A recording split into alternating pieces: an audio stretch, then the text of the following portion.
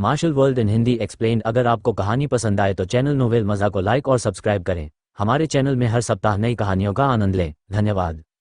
अध्याय 1 से 10। Sky fortune kingdom की राजधानी स्काई फॉर्चून सिटी के भीतर ग्रेट माउंटेन जो के सामने 7 गहन मार्शल हाउस स्थित हैं। 7 प्रोफाउंड मार्शल हाउस। यह एक मार्शल हाउस है जिसे 7 प्रोफाउंड वैली द्वारा स्थापित किया गया है, जो एक मार्शल आर्ट वंश है जिसकी विरासत 600 साल से अधिक पुरानी है। ये स्काई फॉर्चून किंगडम में उनके द्वारा स्थापित एकमात्र मार्शल हाउस भी है। सबसे बड़े मार्शल हाउस में से एक के रूप में 7 प्रोफाउंड मार्शल हाउस के पास बड़ी संख्या में विरासत में प्राप्त मार्शल कौशल और प्रशिक्षक के रूप में मार्शल मास्टर्स हैं। ये स्वाभाविक ही था कि यह अनेक युवा महत्वाकांक्षी मार्शल कलाकारों की पवित्र भूमि बन जाएगी। इसके अनुरूप 7 प्रोफाउंड मार्शल हाउस में नए रंगरूटों के लिए प्रवेश योग्यताएं उच्च स्तर पर निर्धारित की गई। ये कहना अतिशयोक्ति नहीं होगी कि 10 लाख में से केवल एक ही इसके लिए योग्य हो पाएगा। गर्मियों की चिलचिलाती धूप में एक किशोर लड़का महान पर्वत झोंक के जंगल में खड़ा था। वह अपनी दोनों मुट्ठियों में कपड़े की पट्टियां बांधे हुए एक खुरदुरे से दिखने वाले बड़े पेड़ के सामने नंगे सीने खड़ा था। उसने पेड़ के तने पर जोरदार प्रहार करते हुए लगातार मौके मारे। पेंग पेंग। जंगल में चारों ओर भारी आवाजें गूंजने लगी। जिस बड़े पेड़ पर हमला हुआ था उसकी छाल की परत नीचे की ओर धंस गई थी, जिससे उसकी धूसर लकड़ी जैसी बनावट स्पष्ट दिखाई दे रही थी। इसकी सतह पर खून के निशान देखे जा सकते थे। इस किशोर का नाम लिन मिंग है। उनके पास ग्रेड 3 मार्शल प्रतिभा है।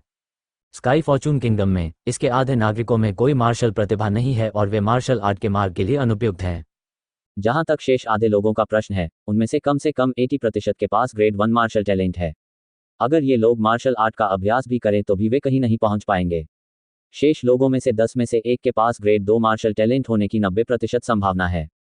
यदि ये लोग मार्शल आर्ट के अभ्यास में लगनशील रहें तो उन्हें जीवन में कुछ हासिल करने का मौका मिलेगा। हालांकि मार्शल आर्ट में निपुण बनना उनके लिए लगभग निराशाजनक होगा। लिन मिंग की ग्रेड 3 मार्शल प्रतिभा को उच्च श्रेणी का अस्तित्व माना जा सकता है। यदि कोई व्यक्ति घमंडी हो तो वह यह दावा कर सकता है कि वह सर्वश्रेष्ठ है। हालांकि अपनी मार्शल प्रतिभा के बावजूद उसके लिए 7 गहन मार्शल हाउस में प्रवेश करना अभी भी मुश्किल होगा। लिन मिंग को यह बात अच्छी तरह पता थी। अपनी बचपन की महिला मित्र सुंदर लैन यून्युए, जो ग्रेड 3 मार्शल टैलेंट की भी धनी है, के साथ मिलकर वे स्काई फॉर्चून मार्शल हाउस के लिए प्रवेश परीक्षा देने के लिए सहमत हो गए थे। हालांकि ये 7 गहन मार्शल हाउस जितना अच्छा नहीं है। Sky fortune martial house sky fortune kingdom का हिस्सा है। अपनी स्थापना के दिन से लेकर अब तक इसमें केवल 80 वर्षों का मार्शल कौशल, विरासत और आधार है, जो वास्तव में सीमित संख्या है। विरासत में प्राप्त मार्शल कौशल मार्शल कलाकारों के लिए बहुत महत्व रखते हैं। अच्छे मार्शल कौशल के बिना अंतिम शारीरिक प्रशिक्षण चरण, पल्स कंडेंसिंग चरण या उच्चतर को पूरा करने का लक्ष्य लगभग असंभव होगा। पल्स कंडेंसिंग स्टेज एक ऐसा क्षेत्र है जिसके लिए अधिकांश मार्शल कलाकार प्रतिस्पर्धा करते हैं। यह मार्शल मार्ग के साधकों के लिए भी पहला मोड़ है। एक बार पल्स कंडेंसिंग चरण सफलतापूर्वक प्राप्त हो जाने पर मार्शल कलाकार का जीवनकाल काफी बढ़ जाएगा।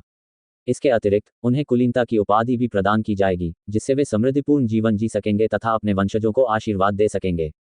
इस पल्स कंडेंसिंग स्टेज प्रशिक्षण में स्काई फॉर्चून मार्शल हाउस 7 गहन मार्शल हाउस से बहुत पीछे रह जाता है। लिन मिंग का दिल मार्शल तरीके के लिए धड़क रहा था। यह स्वाभाविक ही था कि वह भी 7वें गहन युद्ध भवन में प्रवेश की इच्छा रखता था। यदि उसकी प्रतिभा अपर्याप्त थी तो वह परीक्षकों को प्रभावित करने के लिए केवल अपने परिश्रम और दृढ़ता पर ही भरोसा कर सकता था। हालांकि उनके प्रवेश की संभावना बहुत कम थी। इसके अलावा एक बार असफल होने पर उसे दूसरे अवसर की प्रतीक्षा में आधा वर्ष का समय बर्बाद करना पड़ता। मार्शल आर्टिस्टों के लिए यह समय बहुत कीमती है। इन सब बातों को ध्यान में रखते हुए, इस तथ्य के अलावा कि उसने लैन यूनुए से वादा किया था, लिन मिंग ने स्काई फॉर्चून मार्शल हाउस में प्रवेश करने का फैसला किया। लिन मिंग और लैन यूनुए ने कई वर्षों तक एक साथ प्रशिक्षण लिया और खेला था। हालांकि वे दोनों अभी युवा थे और शादी का विषय कभी सामने नहीं आया था, लेकिन वे भावनाएं पहले ही पनपने लगी थीं। दूसरी ओर लिन मिंग के माता पिता ने लैन यूनुए के प्रति अपनी स्वीकृति और प्यार दिखाया था। वे हमेशा लैन यूनुए को अपने घर रात के खाने पर आमंत्रित करते थे। लिन मिंग और लैन यूनुए के बीच सद्भावना की पारस्परिक भावना मौजूद थी, जिससे दोनों के बीच केवल कागज का एक पतला टुकड़ा रह गया था। जब वे थोड़े बड़े हो जाएंगे तो कागज का ये टुकड़ा निश्चित रूप से फाड़ दिया जाएगा। लिन मिंग ने उन दोनों के बीच हुए समझौते को गंभीरता से लिया। उन्होंने पल्स कंडेंसिंग स्टेज की ओर बढ़ने का निश्चय कर लिया था, भले ही उन्हें केवल स्काई फॉर्चून मार्शल हाउस में ही प्रशिक्षण मिल सके। हालांकि जिस दिन स्काई फॉर्चून मार्शल हाउस ने अपना प्रवेश मूल्यांकन आयोजित किया, उस दिन लैन यूनुए उपस्थित नहीं हुई। सबसे पहले लिन मिंग ने यह मान लिया था कि लैन यूनुए कुछ मामलों के कारण आने में असमर्थ थी। बाद में ही उन्हें पता चला कि लैन यूनुए ने 7 गहन मार्शल हाउस में प्रवेश किया है। इसके अतिरिक्त जिसने उसे 7 गहन मार्शल हाउस का शिष्य बनने में सफलता सुनिश्चित की थी, वह ग्रीन मलबेरी सिटी के नंबर 1 परिवार का प्रतिभाशाली युवा मास्टर जू यान था। हालांकि लिन मिंग केवल 15 वर्ष का था, वह पहले भी अपने माता पिता के साथ बाहरी लड़ाई में भाग ले चुका था। इस प्रकार उनमें दूसरों की तुलना में परिपक्वता का स्तर अधिक है। उन्होंने जू यान के इस कार्य के पीछे के अर्थ को समझा कि सात गहन मार्शल हाउस ने लैन यून्यू को स्वीकार कर लिया है।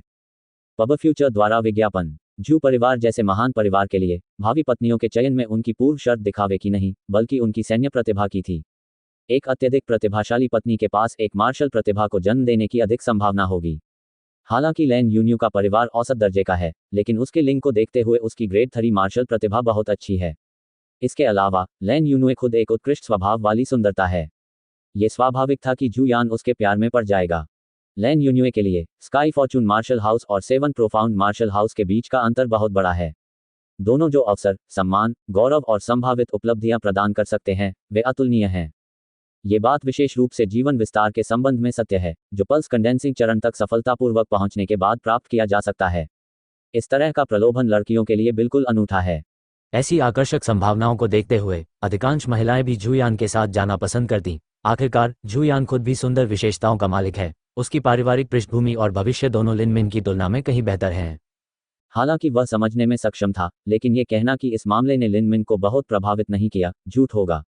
उसने 3 दिन तक अपने आप को कमरे में बंद रखा। इसके बाद वह बाहर चले गए और खाना खाने, सोने और प्रशिक्षण में लग गए। इसके अलावा उनके प्रशिक्षण की तीव्रता पहले की तुलना में बहुत अधिक हो गई थी।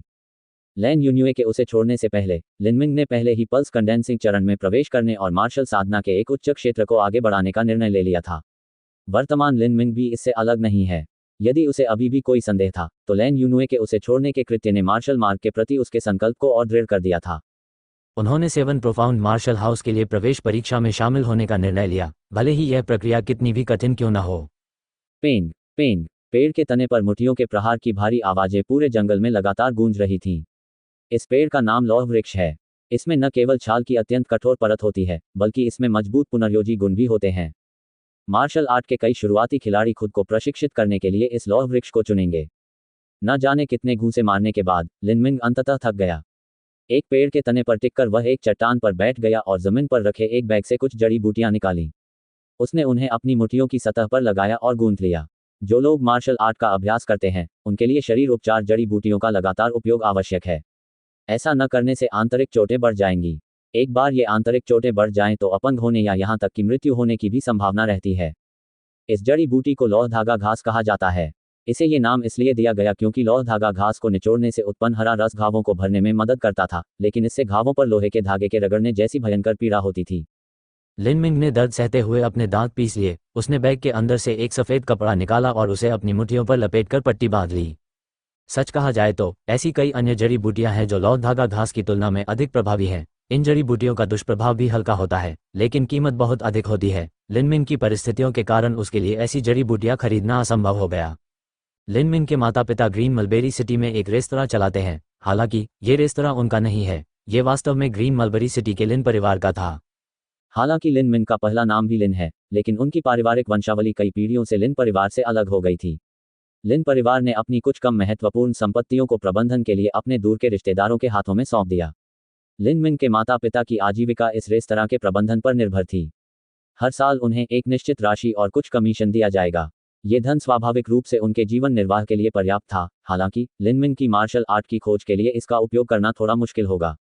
लिन मिंग के माता पिता मूल रूप से चाहते थे कि लिन मिंग पारिवारिक व्यवसाय को जारी रखें और रेस्तरां के कोषाध्यक्ष बने। हालांकि मार्शल मार्ग के प्रति लिन मिंग की उत्कट भक्ति को देखते हुए उन्होंने लिन मिंग के लिए उपचारात्मक जड़ी बूटियां खरीदने हेतु अपनी सारी बचत निकालने का निर्णय लिया।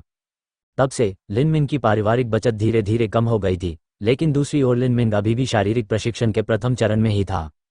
शारीरिक प्रशिक्षण चरण उन लोगों के लिए पहला क्षेत्र है जो मार्शल मार्ग का अनुसरण करते हैं। इसमें उनके शरीर का प्रारंभिक चरण शामिल होता है और इसे 6 चरणों में विभाजित किया जाता है। पहला चरण शक्ति प्रशिक्षण है, दूसरा मांस प्रशिक्षण है, तीसरा विसरा प्रशिक्षण है, चौथा मांसपेशी परिवर्तन है, पांचवां अस्थि निर्माण है और छठा नाड़ी संघनन है। इसके बाद व्यक्ति आदिम संयोजन चरण में कदम रख सकेगा। अपने घावों पर लौह धागा घास का रस लगाने के बाद लिन मिंग ने आधे घंटे 1 घंटे तक आराम किया ताकि उसके घाव जड़ी बूटी के औषधीय गुणों को अवशोषित कर सकें। इसके बाद वह सीधा हुआ और अपनी मुठियों का प्रशिक्षण जारी रखने ही वाला था कि तभी एक मोटा युवक सामने आया। यह मोटा युवक अपने साथ एक लंबी तलवार लेकर चल रहा था। लिन मिंग को देखकर वह मुस्कुराया और बोला, भाई लिन, आज 7 गहन मार्शल हाउस के प्रवेश मूल्यांकन के लिए पंजीकरण का दिन है। क्या ऐसा हो सकता है कि आप इसके बारे में भूल गए हों? तुम अभी भी यहाँ मुठ्ठियों का अभ्यास क्यों कर रहे हो? इस युवक का नाम लिन शियाओडोंग है। वह लिन मिंग से थोड़ा छोटा है। एक साथ बड़े होने के कारण उन दोनों के बीच भाईचारे का बहुत मजबूत बंधन है। लिन शियाओडोंग लिन परिवार का प्रत्यक्ष वंशज है। हालांकि प्रत्यक्ष वंशजों के लिए भी रैंकिंग का एक रूप मौजूद है। जैसा कि होता है, लिन शियाओडोंग सबसे निचली रैंक वालों में से एक है। जहां तक लिन शियाओडोंग के माता पिता का सवाल है, वे भी व्यवसाय में लगे हुए थे और लिन मिंग के माता पिता के साथ उनके घनिष्ठ संबंध थे। लिन शियाओडोंग को देखने के बाद लिन मिंग ने अपना ध्यान वापस पेड़ के तने की ओर लगाया और कहा, पंजीकरण के शुरुआती भाग में बहुत अधिक लोग होंगे। कतार में खड़े रहने में 1 या 2 घंटे का समय लग जाता था। अब वहां जाना समय की बर्बादी होगी। अरे यार, तुम तो इस छोटे से समय को भी नहीं जाने दोगे। क्या तुम्हें सचमुच इतनी दूर जाना होगा? लिन शियाओडोंग ने बड़ा चढ़ाकर बात कही और पेड़ के तने तक चला गया। मुठ्ठियों के कारण बने निशानों और खून के निशानों को देखते हुए वह लिन मिंग की बंधी हुई मुठ्ठियों को देखने के लिए मुड़ा। फिर उसने निराशा की सांस छोड़ी। तुम सचमुच पागल हो जो आयरन वुड को इस हद तक नुकसान पहुंचा सकते हो। हालांकि आपकी वर्तमान प्रशिक्षण पद्धति के साथ अकेले आयरन थ्रेड ग्रास पर्याप्त नहीं होगा। अगर तुम ऐसा ही करते रहे तो तुम्हारे हाथ अपंग हो जाएंगे। पब फ्यूचर द्वारा विज्ञापन लिन मिंग ने कुछ नहीं कहा। मार्शल मार्क्स वर्ग के विरुद्ध एक निरंतर संघर्ष है। उनकी ग्रेड 3 मार्शल प्रतिभा को देखते हुए पल्स कंडेंसेशन के छठे चरण को प्राप्त करना अविश्वसनीय रूप से कठिन था। यदि वह युवावस्था में अपना सर्वश्रेष्ठ प्रयास नहीं करता तो उसे अपने लक्ष्य को प्राप्त करने की कोई आशा नहीं होगी। एक बार जब वह अपना सर्वस्व दे देगा तो आंतरिक चोटों के कारण उसके अपंग हो जाने की संभावना अवश्य रहेगी। हालांकि ऐसा होने से पहले भी उन्हें सफलता मिलने की संभावना थी। और एक बार जब वह सफलतापूर्वक पल्स कंडेंसेशन चरण में प्रवेश कर गया तो वह शरीर की वास्तविक मौलिक अवस्था प्राप्त कर सकता था और आंतरिक चोटें गायब हो जाती थीं। लिन मिंग के लिए यह उग्र नदी के खिलाफ उसकी पीठ के साथ लड़ाई थी। ये भी एक जुआ था जिसमें उनकी जान जोखिम में थी। लिन शियाओडोंग ने एक आह भरी और अपनी छाती से एक बंडल निकाला। उसने गट्टर को परत दर परत खोलते हुए कहा, भाई मिंग, ये ले लो। लिन मिंग ने पलटकर देखा तो वह हैरान रह गया क्योंकि कपड़े के बंडल पर खून से सना हुआ लाल रंग का जिनसेंग पड़ा था। कपड़े के बंडल पर पड़ा हुआ भूरा जिनसेंग। इसके स्वरूप को देखकर लगता है कि रक्त जिनसेंग की ये प्रजाति कम से कम 100 साल पुरानी है। ये एक उच्च कोटि की औषधि है जिसका उपयोग घावों को भरने और रक्त को पोषित करने के लिए किया जाता है। प्रत्येक उपयोग के लिए एक पतला टुकड़ा पर्याप्त है।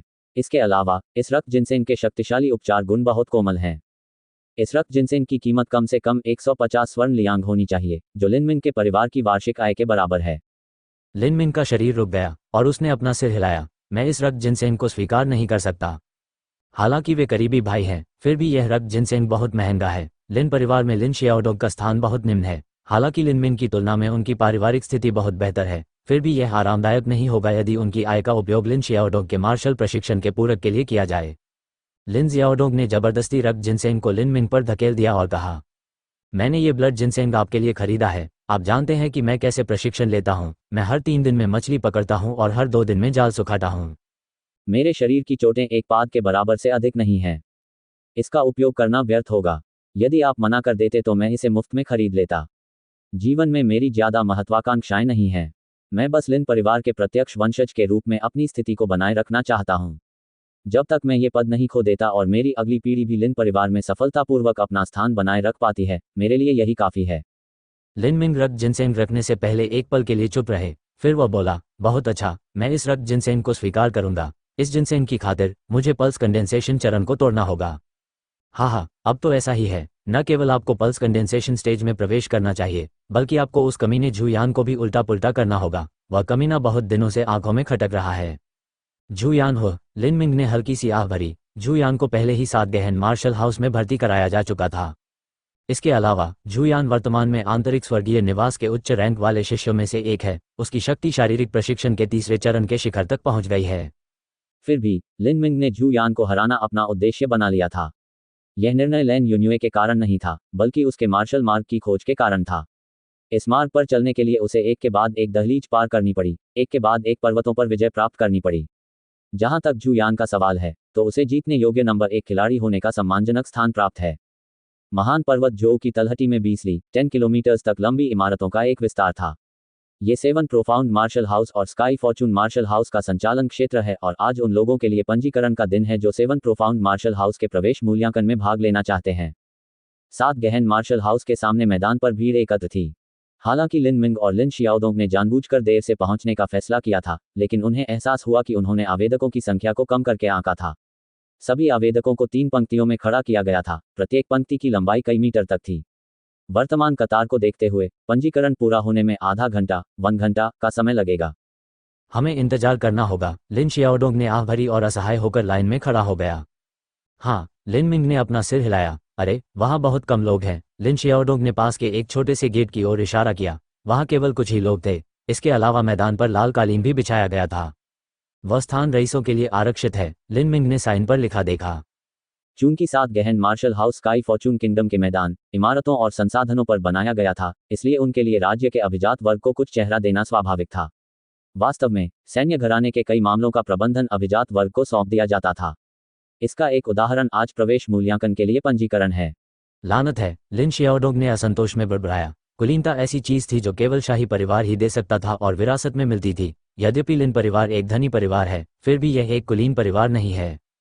लिन शियाओडोंग खुद को सांत्वना देते हुए रईसों को कोस रहा था, तभी गेट के दरवाजे खुल गए। 2 युवक गेट से बाहर निकले। उनमें से एक ने नीले कपड़े पहने हुए थे और उसकी कमर में एक लंबी तलवार बंधी हुई थी। उसके बाल सुनहरे रंग की टोपी में बंधे हुए थे और वह बहुत सुंदर दिख रहा था। इस आदमी की शक्ल देखकर लिन मिंग के माथे पर बल पड़ गए। यह कोई और नहीं बल्कि जुयान था। जू परिवार की बेटी ने शाही परिवार में विवाह कर लिया था और वह सबसे बड़े राजकुमार की पसंदीदा उपपत्नी बन गई थी। शाही परिवार में सबसे बड़े राजकुमार की स्थिति के साथ जू परिवार ग्रीन मलबेरी शहर में नंबर 1 परिवार बन गया। इसके अलावा उन्हें कुलीनता का पद भी प्रदान किया गया, जिससे जू यान को लैन यून्युए का 7 गहन मार्शल हाउस में प्रवेश सुनिश्चित करने की अनुमति मिल गई। पब फ्यूचर द्वारा विज्ञापन। अरे, हम एक घृणित व्यक्ति से मिल रहे हैं, लिन शियाओडोंग ने दुखी होकर कहा। जू यान दूसरे युवक के साथ कंधे से कंधा मिलाकर चल रहा था। बाहर इंतजार कर रहे कुछ अन्य कुलीन लोगों ने भी उन दोनों का पीछा करने का निर्णय लिया। ऐसा प्रतीत होता है कि जू यान दूसरे युवक को पंजीकरण के लिए ला रहा था। वे दोनों आगे चलते रहे। इस दर पर यह अपरिहार्य था कि लिन मिंग और जू यान एक दूसरे से टकराएं। उसकी वर्तमान स्थिति और ताकत को देखते हुए यह संभव था कि यदि वे एक दूसरे से टकरा गए तो उसे बुरी तरह से कष्ट उठाना पड़ेगा। इतनी ताकतवर होने के बावजूद यह संभव था कि अगर वे एक दूसरे से टकरा गए तो उसे बुरी तरह से चोट लग जाएगी। लेकिन लिन मिंग ने भागने का फैसला नहीं किया और इसके बजाय जू यान के पास आते ही शांत भाव से आगे की ओर देखने लगा। लिन मिंग और लिन शियाओडोंग को देखते ही जू यान की गति बाधित हो गई। उनकी पहली प्रतिक्रिया सदमे की थी, उसके बाद वह भौचक्का रह गया। लिन मिंग को देखकर उसे असहज महसूस हुआ। यद्यपि उसने लैन यून्युए को छीन लिया था, लेकिन उसने शादी से पहले किसी भी तरह के अंतरंग संबंध बनाने से इनकार कर दिया था। स्पष्ट रूप से लिन मिंग अभी भी लैन यून्युए के दिल में मौजूद है, उसके अपराध बोध की भावनाओं का तो कहना ही क्या। उसने जू यान को केवल 7 गहन मार्शल हाउस के कारण ही चुना था। एक पुरुष होने के नाते जू यान यह बर्दाश्त नहीं कर सका कि उसकी भावी पत्नी का दिल किसी दूसरे आदमी की हथेली में रहे। आपका नाम लिन मिंग है, क्या मैं सही हूं? ये कितनी अप्रत्याशित बात है कि आप वास्तव में हमारे पीछे पीछे यहां तक आए। आप शारीरिक प्रशिक्षण में प्रथम चरण के मात्र साधना स्तर के साथ 7 गहन मार्शल हाउस में प्रवेश करने के लिए परीक्षा देना चाहते हैं। जू यान के शब्दों के पीछे का अर्थ स्पष्ट था। वह लिन मिंग को कभी भी 7 गहन मार्शल हाउस में प्रवेश करने की अनुमति नहीं देगा। भले ही लिन मिंग की ताकत उसके लिए कोई खतरा नहीं थी, लेकिन 7 गहन मार्शल हाउस के भीतर लिन मिंग का अस्तित्व लैन यून्युए के लिए लिन मिंग को भूलना असंभव बना देगा। मैं मूल्यांकन में उत्तीर्ण हो पाऊंगा या नहीं, यह मेरी अपनी समस्या है। मैं किसी का अनुसरण करने के परिणामस्वरूप यहाँ नहीं हूँ। मैं मार्शल मार्ग की खोज के कारण यहाँ हूँ। मार्शल मार्ग। आप जैसे औसत से ऊपर की प्रतिभा वाले व्यक्ति ने मार्शल मार्ग का अनुसरण करने की बात कहने का साहस किया। धृष्टता। ऐसा कहते हुए जू यान की उंगली से हल्की सी आवाज निकली। उसके बाद उसकी लंबी तलवार म्यान से बाहर निकल आई। जू यान ने तलवार पकड़ ली और हवा में वार किया, जिससे तीव्र तलवार क्यों निकली, जिससे हवा फटने जैसी आवाज पैदा हुई। एक बमुश्किल दिखाई देने वाली लहर बाहर की ओर उड़ी, जिसने पास के एक पेड़ की आधी छतरी को सीधे काट डाला। जब बड़ी संख्या में शाखाएं और पत्तियां जमीन पर गिरी तो पुसुसु की आवाजें सुनाई देने लगीं। आसपास के सभी लोग आंखें फाड़कर देखने लगे। उनमें से अधिकांश की उम्र लगभग जू यान के बराबर थी और वे उससे ज्यादा छोटे भी नहीं थे। हालांकि मार्शल वे में जू यान की उपलब्धि ने उन्हें पहले ही बहुत पीछे छोड़ दिया था। जू यान ने तलवार से ये वार इसलिए किया ताकि लिन मिंग को मानसिक आघात पहुंचा सके और उसे उन दोनों के बीच की खाई दिखा सके। मैं ग्रेड 4 मार्शल टैलेंट हूँ। मैंने 12 वर्ष की उम्र से ही मार्शल आर्ट का प्रशिक्षण लेना शुरू कर दिया था। इस प्रक्रिया में मैंने अनगिनत औषधीय गोलियां खाई और अब मैं 7 गहन मार्शल हाउस के भीतर स्वर्गीय निवास की तलवार संप्रदाय में प्रवेश कर चुका हूं। मैं इस समय शारीरिक प्रशिक्षण के तीसरे चरण के शिखर पर हूं। फिर भी मैं अभी मार्शल मार्ग के शुरुआती चरण में ही हूं। और फिर भी आप जैसे व्यक्ति ने, जिसने मात्र शारीरिक प्रशिक्षण में प्रथम चरण की शिक्षा प्राप्त की है, मार्शल मार्ग के बारे में बात करने का साहस किया। जू यान के बोलने का तरीका इतना अहंकारी था कि लिन शियाओदोंग क्रोधित हो गया। उपनाम जू, आप तो बस हमसे 2 साल पहले पैदा हुए हैं। तुम किस बात पर घमंड कर रहे हो? अगर हमारी उम्र उलट दी जाए तो ये सीनियर आपको एक ही हाथ से फेंक देगा। जू यान ने भौहें सिकोड़ी और लिन शियाओडोंग की ओर देखने लगा। उसने एक कदम आगे बढ़ाया। उसके शरीर के भीतर की आधी ऊर्जाएं बाहर की ओर फूट पड़ी। जैसे ही उसने पूछा, आप कौन हैं? मैं। जू यान द्वारा भेजे गए दमनकारी दबाव के कारण लिन शियाओडोंग के शब्द उसके गले में अटक गए थे। बोलने से पहले वह एक कदम पीछे हटा, अपनी लार नीली और अपनी छाती थपथपाई। इस युवा मास्टर का नाम लिन शियाओडोंग है, आपको इसे याद रखना चाहिए। लिन शियाओदोंग। हेंग, लिन परिवार में से जो लोग मुझसे बात करने की योग्यता रखते हैं, उन्हें एक हाथ पर गिना जा सकता है। आपको क्या लगता है कि आप जैसे विदूषक को मुझसे बात करने की योग्यता है? इसमें आप भी शामिल हैं, लिन मिंग। यदि लैन यून्युए न होती तो तुम्हारे पास मुझसे बात करने की कोई योग्यता ही नहीं होती। मैं तुम्हें ये सलाह दूंगा कि आदमी को अपनी सीमाएं पता होनी चाहिए। लैन यून्युए जैसा कोई व्यक्ति ऐसा नहीं है जिसकी बराबरी की जा सके। ग्रीन मलबरी सिटी में ग्रेड 3 मार्शल टैलेंट वाली, अच्छी दिखने वाली और आचरण वाली महिला मिलना दुर्लभ है। उनमें से अधिकतर केवल बड़े परिवारों में ही दिखाई देंगे। हालांकि महान परिवारों के बीच हितों के टकराव को देखते हुए वे कभी भी अपनी प्रतिभाशाली महिलाओं को अन्य परिवारों में विवाह करने की अनुमति नहीं देते थे, जिससे उनके प्रतिद्वंद्वियों के वंश को मजबूती मिलती थी। इस प्रकार अधिकांश महान परिवार यह अनुरोध करते हैं कि पुरुष पक्ष उनके परिवार में विवाह करे। यही कारण है कि जू यान ने ऐसा कहा था। 1000 स्वर्ण लियांग, आज के बाद मैं तुम्हारा चेहरा दोबारा नहीं देखना चाहता। जू यान ने अपनी आस्तीन से सोने के नोटों का ढेर निकालते हुए कहा। आसपास के लोग अवाक रह गए। 1000 स्वर्ण लियांग एक बहुत बड़ी धनराशि है, जो शारीरिक प्रशिक्षण चरण में एक मार्शल कलाकार के लिए 3 साल तक के प्रशिक्षण के लिए आवश्यक उच्च श्रेणी की जड़ी बूटियां खरीदने के लिए पर्याप्त है। 1000 स्वर्ण लियांग, क्या आप हमें भिखारी समझते हैं? लिन शियाओडोंग ने सोने के नोटों के ढेर को पीछे धकेल दिया। सच कहा जाए तो वह तो बस बहादुरी का दिखावा कर रहा था, यहाँ तक कि उसके लिए भी 1000 स्वर्ण लियांग एक बहुत बड़ी धनराशि है। जू यान ने अपने हाथ फड़फड़ाए और एक शक्तिशाली प्रतिकर्षण बल ने लिन शियाओडोंग को दूर फेंक दिया। जू यान ने लिन मिंग को ठंडे मन से देखा और उसके जवाब का इंतजार करने लगा। लिन मिंग ने धीमी लेकिन शक्तिशाली आवाज में बोलने से पहले एक गहरी सांस ली। जू यान, प्रतिभा के मामले में मैं तुम्हारा मुकाबला नहीं कर सकता, परिवार के समर्थन के मामले में तो मैं और भी कमतर हूँ। हालांकि मार्शल आर्ट की साधना केवल प्रतिभा और वित्तीय सहायता पर निर्भर नहीं करती, एक और भी महत्वपूर्ण कारक है, एक मार्शल कलाकार का दिल। तुम्हारी मार्शल आर्ट की साधना धन, प्रतिष्ठा और घमंड के लिए की जाती है। हालांकि मार्शल आर्ट की मेरी साधना मार्शल मार्ग का अनुसरण करने के लिए की जाती है। मार्शल मार्ग उन लोगों के लिए नहीं है जिनके पास प्रतिभा है, यह उन लोगों के लिए नहीं है जिनके पास अधिकार है, और यह उन लोगों के लिए भी नहीं है जिनके पास पैसा है। यह उन लोगों के लिए है जिनका दिल मार्शल आर्ट के लिए धड़कता है। एक दिन ऐसा आएगा जब मैं तुमसे आगे निकल जाऊंगा। जैसे ही वह अपने वाक्य के अंत पर पहुंचा, लिनमिंग ने प्रत्येक शब्द को जोर देकर और स्पष्ट आवाज में बोला। आसपास खड़े सभी लोग स्पष्ट रूप से समझ सकते थे कि उसने क्या कहा था। एक ग्रेड 3 प्रतिभावान एक ग्रेड 4 प्रतिभावान का पीछा करना चाहता था। इसके अलावा उन दोनों के बीच पृष्ठभूमि की दृष्टि से भी बहुत बड़ा अंतर था। ये लड़का पागल हो गया है। लिनमिंग की बातें सुनकर जू यान क्षण भर के लिए स्तब्ध रह गया, फिर हंस पड़ा। अच्छा, सचमुच बहुत अच्छा, मैं तुम्हारा इंतजार करूंगा। ये कहकर जू यान ने सोने के नोटों का ढेर रख लिया। वेंग ध्वनि के साथ लंबी तलवार अपनी म्यान में वापस आ गई। जू यान ने लिन मिंग को एक लंबी नजर से देखा और फिर मुंह फेर लिया। भाई मिंग, उस समय आप सचमुच दबंग थे, लिन शियाओदोंग ने उत्साह से कहा जब वे सड़क पर चल रहे थे। लिन मिंग चुप रहा। उस समय उन्होंने जो बातें कही थीं, वे भव्य और प्रभावशाली लग रही थीं। हालांकि उनके लिए जू यान से आगे निकल पाना बेहद मुश्किल होगा। इसके लिए उसे बहुत अधिक मेहनत करनी पड़ेगी। उसे कड़ी मेहनत या कड़वाहट का कोई डर नहीं है, लेकिन आंतरिक चोटों के लिए ऐसा नहीं कहा जा सकता। उन चोटों को ठीक करने के लिए औषधीय जड़ी बूटियों की आवश्यकता थी और वे दवाएं निस्संदेह महंगी थीं। लिन शियाओदोंग यह अनुमान लगाने में सक्षम था कि लिन मिंग क्या सोच रहा था और उसने कहा, भाई मिंग, आपको बस कड़ी मेहनत करने की जरूरत है। जहां तक वित्तीय पक्ष का सवाल है, मैं आपके लिए इसका पता लगा लूंगा। बस निश्चिंत रहें, भले ही परिवार में मेरे दादाजी का स्थान ऊंचा नहीं है, फिर भी यह उपहास करने लायक नहीं है। कुछ 100 स्वर्ण लियांग निकालना मेरे लिए असंभव नहीं है। लिन मिंग ने चलना बंद कर दिया और लिन शियाओदोंग का सामना करने के लिए मुड़ गया। जीवन में अच्छे मित्र तो बहुत मिलते हैं, लेकिन जरूरत के समय मदद करने वाले मित्र दुर्लभ होते हैं। भाइयों के बीच धन्यवाद कहना पाखंड होगा। फिर भी लिन मिंग फिर भी रुक गया और गंभीर स्वर में बोला, जियाओडोंग, धन्यवाद। बस करो इसे। यह मेरे लिए बहुत है। मैं ऐसा व्यक्ति नहीं हूं जो जीवन में बहुत कुछ चाहता हो। सात गहन मार्शल हाउस के लिए प्रवेश परीक्षा देना मेरे पिता की प्रतिष्ठा की रक्षा करने का एक तरीका है। भाई मिंग, मैं आप पर शर्त लगाऊंगा। भविष्य में जब आप मास्टर बन जाएंगे तो आपको मेरी थोड़ी मदद करनी होगी। हा हा हा। लिन मिंग ने दिल खोलकर मुस्कुराया और हंस दिया। एन, आप जैसे भाई के साथ मैं निश्चित रूप से मार्शल मार्ग पर आगे बढ़ूंगा। जब लिन मिंग अपने निवास स्थान पर वापस आया तब तक शाम हो चुकी थी। ये कमरा उसने किराए पर लिया था। इस समयावधि के दौरान, जिस दिन से सेवन प्रोफाउंड मार्शल हाउस ने प्रवेश मूल्यांकन के लिए अपना पंजीकरण शुरू किया था, से लेकर उसके मूल्यांकन के दिन तक, स्काई फॉर्चून सिटी के सभी आवास भरे हुए थे और सराय भरी हुई थीं। किराए की दरें निस्संदेह आधी हो जाएंगी। इस प्रकार कई आवेदक कमरा किराए पर लेना पसंद करेंगे। स्वाभाविक रूप से यह अपने आप में कोई सस्ता विकल्प नहीं था।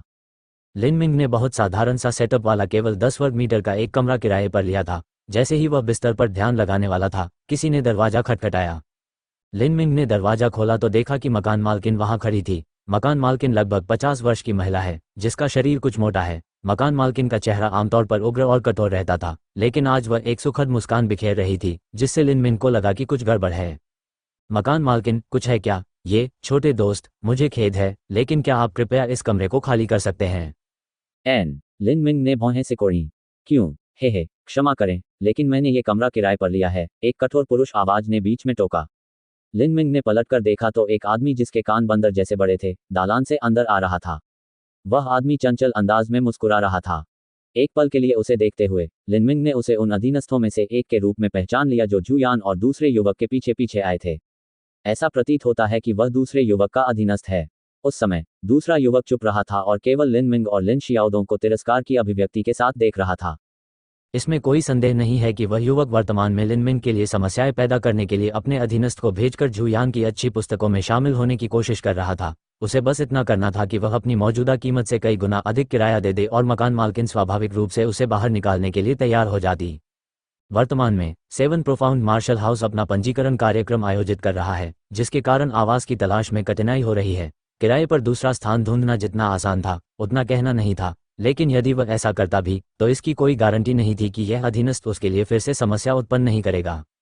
लिन मिंग का चेहरा भारी हो गया और वह मकान मालकिन को ठंडी निगाहों से देखने लगा। उस समय हम इस बात पर सहमत हुए थे कि मैं 5 महीने के लिए किराए पर रहूंगा। मैंने आपको 5 महीने का किराया भी अग्रिम भुगतान कर दिया है। फिलहाल समय सीमा समाप्त होने में अभी 3 महीने का समय बाकी है, लेकिन आप चाहते हैं कि मैं अभी चला जाऊं?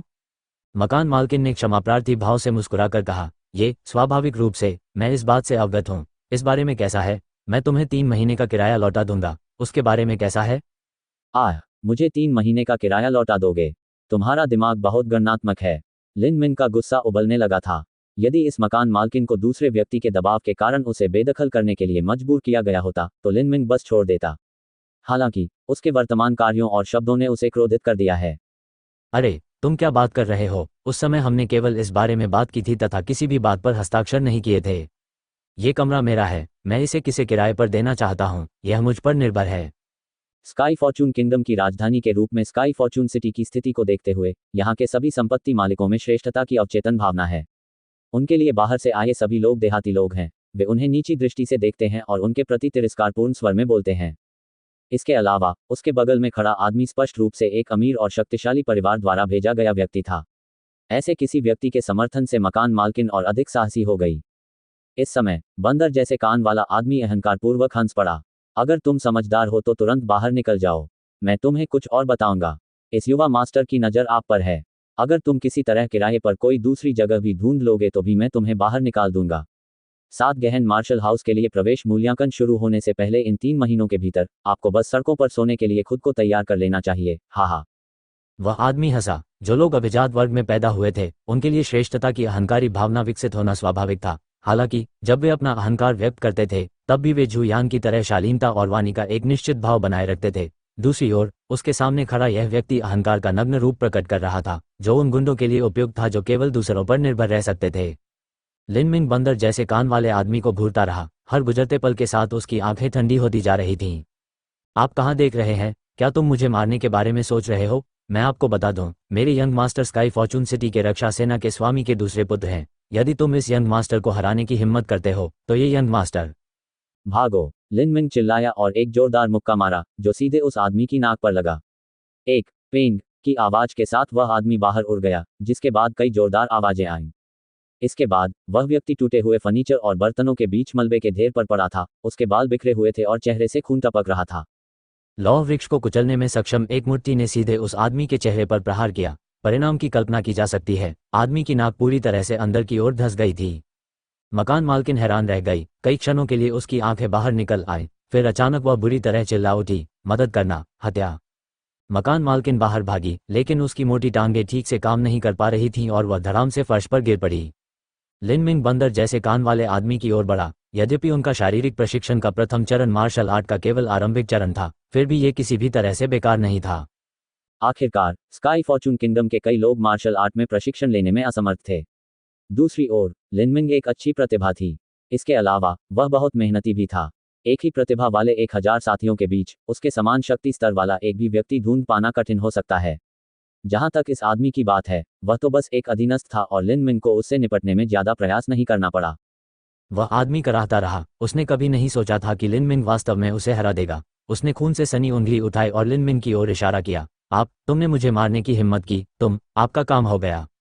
मुझे नहीं पता कि मेरे साथ क्या होगा, लेकिन मुझे पता है कि तुम्हारा अंत हो चुका है। लिन मिंग ने उस आदमी के पेट पर एक लात मारी, जिससे वह बुरी तरह चिल्ला उठा। एक बार फिर वह उड़कर बाहर चला गया, लेकिन इस बार वह दरवाजा तोड़कर अंदर घुसा और उसे घर से बाहर तक लात घूंसे मारे गए। लिन मिंग ने कुछ नहीं कहा। वह अपने कमरे में वापस आया और अपना सामान पैक करके जाने लगा। पूरा घर अस्त व्यस्त हो गया था, जिससे मकान मालकिन के हृदय से रक्त टपक रहा था। उसने डरते हुए कहा, आप ऐसे नहीं जा सकते, अवश्य क्षतिपूर्ति करनी होगी। लिन मिंग ने चलना बंद कर दिया। वह मकान मालकिन की ओर मुड़ा जो मानव मांस की तरह फर्श पर गिरी हुई थी। उसने पूछा, मुआवजा? मुआवजा, क्षतिपूर्ति। मकान मालकिन की आवाज में ताकत कम होने लगी। उसे ऐसा महसूस हुआ मानो उसके सामने खड़े युवक की निगाहें नौनरकीय गर्तों की खिड़की की तरह थीं, जिससे वह सिहर उठी। बिना कुछ कहे लिन मिंग ने दीवारों पर मुक्का मारा। उसकी मुट्ठी घर की ईंट की दीवारों में घुस गई, जिससे पूरा घर कांप उठा और छत से धूल गिरने लगी। मकान मालकिन चीख पड़ी और बेहोश हो गई। लिन मिंग ने अपना सामान उठाया और बेहोश आदमी की ओर देखे बिना ही घर से बाहर चला गया। लिन मिंग अच्छी तरह से जानता था कि इस आदमी की पिटाई करने के बाद उसके पीछे वाला व्यक्ति उसे कभी नहीं छोड़ेगा और निश्चित रूप से लिन मिंग के लिए बड़ी मुसीबतें लेकर आएगा। हालांकि लिन मिंग को कोई पछतावा नहीं था। एक पुरुष होने के नाते सहनशीलता की आवश्यकता थी। यदि आज जो व्यक्ति आया था वह एक मार्शल कलाकार होता, तो लिन मिंग ने ऐसा व्यवहार नहीं किया होता और सहन करना चुना होता। ये क्षति ऐसी थी जिसे सहन करना ही था। हालांकि जो उसके सामने आया वह एक बेकार अधीनस्थ था, जो केवल अपने मालिक के समर्थन पर निर्भर रह सकता था। अगर लिन मिंग को इस तरह के लोगों की बातें सहनी पड़ी, तो फिर मार्शल आर्ट सीखने का क्या मतलब था? ये लिन मिंग के दिल में मौजूद मार्शल मार्ग के साथ बिल्कुल असंगत था। इस प्रकार लिन मिंग ने पड़ोस छोड़ दिया। थोड़ी देर बाद उसने अपना बैग नीचे रख दिया और सोचने लगा कि अपनी आवाज समस्या का समाधान कैसे किया जाए। अब तक सभी सराहें भरी हुई थीं। इसके अलावा कीमतें भी उसके लिए बहुत महंगी थीं। भले ही उसे जंगल में सोने पर कोई आपत्ति नहीं है, लेकिन लिन शियाओडोंग शायद हंगामा करेगा और उसे अपने निवास पर लाने पर जोर देगा। यदि लिन मिंग ऐसा करता है और सेनापति का दूसरा बेटा अपने आदमियों को वहां भेजता है, तो लिन शियाओडोंग खुद अपने घर में सोने के बारे में भूल सकता है। उसे लिन मिंग के साथ सड़कों पर सोना होगा। इसके अलावा लिन मिंग ने एक खतरनाक मुसीबत को भड़का दिया था। इसकी कोई गारंटी नहीं थी कि सेनापति का दूसरा बेटा कुछ गुंडे नहीं भेजेगा। इन लोगों की नज़र में दूसरों को अपंग बनाना कोई बड़ी बात नहीं थी। लिन मिंग इस तरह की समस्या को लिन शियाओडोंग के सामने नहीं लाना चाहता था। अगर ऐसी बात है तो मैं कहाँ जाऊँ? इस पर विचार करने के बाद लिन मिंग को अंततः एक जगह का ख्याल आया, स्काई फॉर्चून सिटी में सबसे शानदार भोजनालय grand clarity pavilion. Grand clarity pavilion के सभी उपभोक्ता उच्चतम श्रेणी के हैं। इसके अलावा उनके पास स्वयं भी एक मजबूत पृष्ठभूमि है। सत्ता का इतना मजबूत आधार होने के कारण एक सेनापति का दूसरा बेटा भी इसके खिलाफ कुछ नहीं कर सकता था। लिन मिंग का ग्रैंड क्लैरिटी पवेलियन में जाने का कारण स्पष्ट रूप से जगह किराए पर लेने के लिए पैसा खर्च करना नहीं था। वह काम की तलाश में वहां जा रहा था। लिन मिंग के माता पिता एक रेस्तरां चलाते हैं। ये तय था कि लिन मिंग खाना बनाना सीखेगा। उसके खाने का स्वाद भी काफी अच्छा था। हालांकि वह इतना अहंकारी नहीं था कि यह सोच सके कि वह स्काई फॉर्चून सिटी के उन रसोइयों के साथ प्रतिस्पर्धा कर सकता है। आखिरकार उनकी विशेषज्ञता खाना पकाने के क्षेत्र में नहीं थी। लिन मिंग के आने पर भी ग्रैंड क्लैरिटी पवेलियन जगमगाता रहा। ये स्काई फॉर्चून सिटी में सबसे अच्छा व्यवसाय वाला प्रतिष्ठान है। लिन मिंग के कपड़े बहुत साधारण थे, जिससे उसे प्रतिष्ठान में प्रवेश करते देखने वाले सभी लोग अजीब भाव से उसकी ओर देखने लगे। इस तरह के कपड़े पहने हुए व्यक्ति आमतौर पर इस ग्रैंड क्लैरिटी पवेलियन में खाना खाने में असमर्थ होंगे। इसके अलावा ये भी तथ्य था कि लिन मिंग केवल 15 वर्षीय किशोर है। हालांकि वेटर ने अनुकूल व्यवहार बनाए रखा और पास आकर पूछा, छोटे भाई, क्या तुम अपने माता पिता के साथ यहाँ हो? लिन मिंग ने अपना सिर हिलाकर जवाब दिया, मैं यहाँ नौकरी के लिए आया हूँ। ये सुनकर वेटर की भौहें तन गईं। एकमात्र 15 साल का बच्चा किस तरह का काम कर सकता है? यहाँ प्रतीक्षा के लिए कम से कम 18 वर्ष की सुंदरियों या कम से कम 20 वर्ष के सुंदर पुरुषों की आवश्यकता होती है। जहाँ तक खाना पकाने की बात है, एक 15 साल का बच्चा किस तरह का खाना बना सकता है? चले जाओ, यहाँ कोई उपद्रव मत करो, वेटर ने अधीरता से अपना हाथ हिलाया। मैं सचमुच काम कर सकती हूँ, बस मुझे रसोई में जाकर कोशिश करने दो। वेटर ने दुखी स्वर में पूछा, आप क्या कर सकते हैं? लिन मिंग ने मुस्कुराकर जवाब दिया, हड्डियां निकालना। क्या? वेटर दंग रह गया। हड्डियों को निकालना एक पक्षपातपूर्ण कार्य है और हर रेस्तरां ऐसा काम नहीं करता। इस कार्य में मांस संग्राहक को शिकार किए गए जानवरों को टुकड़ों में काटना होता है तथा उनकी हड्डियां निकालनी होती हैं। एक मास्टर स्तर का मांस ड्रेसर एक गाय को आसानी और कुशलता से काट सकता है। एक अच्छा मांस ड्रेसर भी एक गाय को काट सकता है, लेकिन हर साल चाकू बदलने की आवश्यकता होगी। कुछ मांस विक्रेताओं को तो महीने में एक बार अपने चाकू बदलने की जरूरत पड़ती है। इसके अलावा इसमें दक्षता भी कम थी और एक गाय को काटने में उन्हें आधा दिन लग जाता था। जहां तक ग्रैंड क्लैरिटी पवेलियन की बात है, तो उनके अवयव गाय का मांस नहीं, बल्कि क्रूर जानवरों का मांस है। क्रूर जानवरों का मांस स्वादिष्ट होता है, लेकिन उनके शल्क, त्वचा, हड्डियां और कंडराएं असाधारण रूप से कठोर होती हैं। साधारण लोगों को इसका एक छोटा सा हिस्सा काटने के लिए भी काफी संघर्ष करना पड़ेगा। दूसरी ओर, मार्शल आर्ट के विशेषज्ञ इस तरह का काम करने के लिए खुद को नीचा दिखाने को तैयार नहीं होंगे। यदि वे इच्छुक भी हों, तो भी जो व्यक्ति यह नहीं समझता कि मांसपेशियां, हड्डियां और कंडराएं एक साथ कैसे आती हैं, वह ऐसा करने में सक्षम नहीं होगा। काटने की प्रक्रिया में केवल शुद्ध शक्ति का उपयोग करने से इसका स्वादिष्ट स्वाद खत्म हो जाएगा। हड्डियों को अलग करने के तरीके से ही लिन मिंग पहली बार मार्शल मार्क के संपर्क में आए थे। अपने माता पिता के रेस्तरां में वह पिछले 10 वर्षों से प्रतिदिन हड्डियों को निकालने की प्रक्रिया का प्रशिक्षण ले रहे थे। अपने माता पिता के रेस्तरां में वह पिछले 10 वर्षों से हर दिन हड्डियों को निकालने की प्रक्रिया में खुद को प्रशिक्षित कर रहा था। ये बहुत थका देने वाला काम था। लिन मिंग ने कभी भी खुद को मार्शल आर्ट में प्रतिभाशाली नहीं माना था। वह केवल अपनी कड़ी मेहनत पर निर्भर रह सकता था और बार बार प्रशिक्षण जारी रख सकता था। इस तरह से वह रसोई घर में चाकू से लगातार वार करके अपनी ठोस सैन्य नींव बनाने में कामयाब रहा। वेटर लिन मिंग को भगाने में असमर्थ था और उसे केवल रसोई में ही ला सका। बहन लैन, ये छोटा भाई हड्डियां निकालने वाले के रूप में काम करना चाहता है। हड्डियां निकालने वाला कर्मचारी। ग्रैंड क्लैरिटी पवेलियन के रसोई घर में एक खूबसूरत महिला जो कि 20 वर्ष की थी, ने एक शानदार पोशाक पहन रखी थी और लिन मिंग की सराहना की। उसके शरीर पर सादे कपड़े और उसके द्वारा उठाए गए बैग को देखकर, जिससे वह शरणार्थी जैसा लग रहा था, उसकी भौहें तन गईं। फिर उसने लिन मिंग को अंदर लाने वाले वेटर से असंतुष्ट तरीके से बात की। तुम क्या कर रहे हो? किसी को भी रसोई में ले आ रहे हो? डोंगजी, उसे कुछ चांदी दे दो और उसे भेज दो। जाहिर है, इस खूबसूरत महिला ने लिन मिंग को एक व्यथित बच्चा माना। जहां तक डांट खाने वाले वेटर का सवाल है, उसका चेहरा कड़वा था।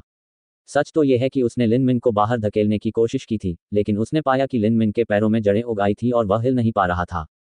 एक युवक लिन मिंग को भगाने के लिए आगे आया था। हालांकि इस समय उसे अचानक महसूस हुआ कि उसके हाथ हल्के हो रहे हैं। वह असमंजस में देखता रहा क्योंकि लिन मिंग ने किसी तरह उसके हाथ में पकड़ा हुआ हड्डी काटने वाला चाकू छीन लिया था। इससे पहले कि डोंगजी नाम का आदमी समझ पाता कि क्या हुआ था, लिन मिंग ने कहा, मैं यहाँ पैसे मांगने नहीं आया हूँ। बहन, मेरी कारीगरी देखकर तुम्हें मुझे भगाने में देर नहीं लगेगी। सुंदर महिला को थोड़ा आश्चर्य हुआ। ऐसा लग रहा था कि इस छोटे बच्चे को इस शिल्पकला में कुछ अनुभव है। उसने डोंगजी की ओर देखा और कहा, कितने बेकार हो, तुम एक छोटे बच्चे को भी नहीं संभाल सकते। गोदाम में जाओ और एक सुअर ले आओ। उसके बाद वह लिन मिंग की ओर मुड़ी और बोली, यदि आप इसे आधे घंटे 1 घंटे में पूरा कर सकते हैं, तो मैं आपको ग्रैंड क्लैरिटी पवेलियन में रहने की अनुमति दूंगा। डोंगजी को पता चल गया कि उसकी प्रतिष्ठा गिर गई है और वह शर्म से सुअर को लाने के लिए मुड़ा। हालांकि लिन मिंग ने उसे बीच में रोक दिया। कोई जरूरत नहीं, मैं वह करूंगा।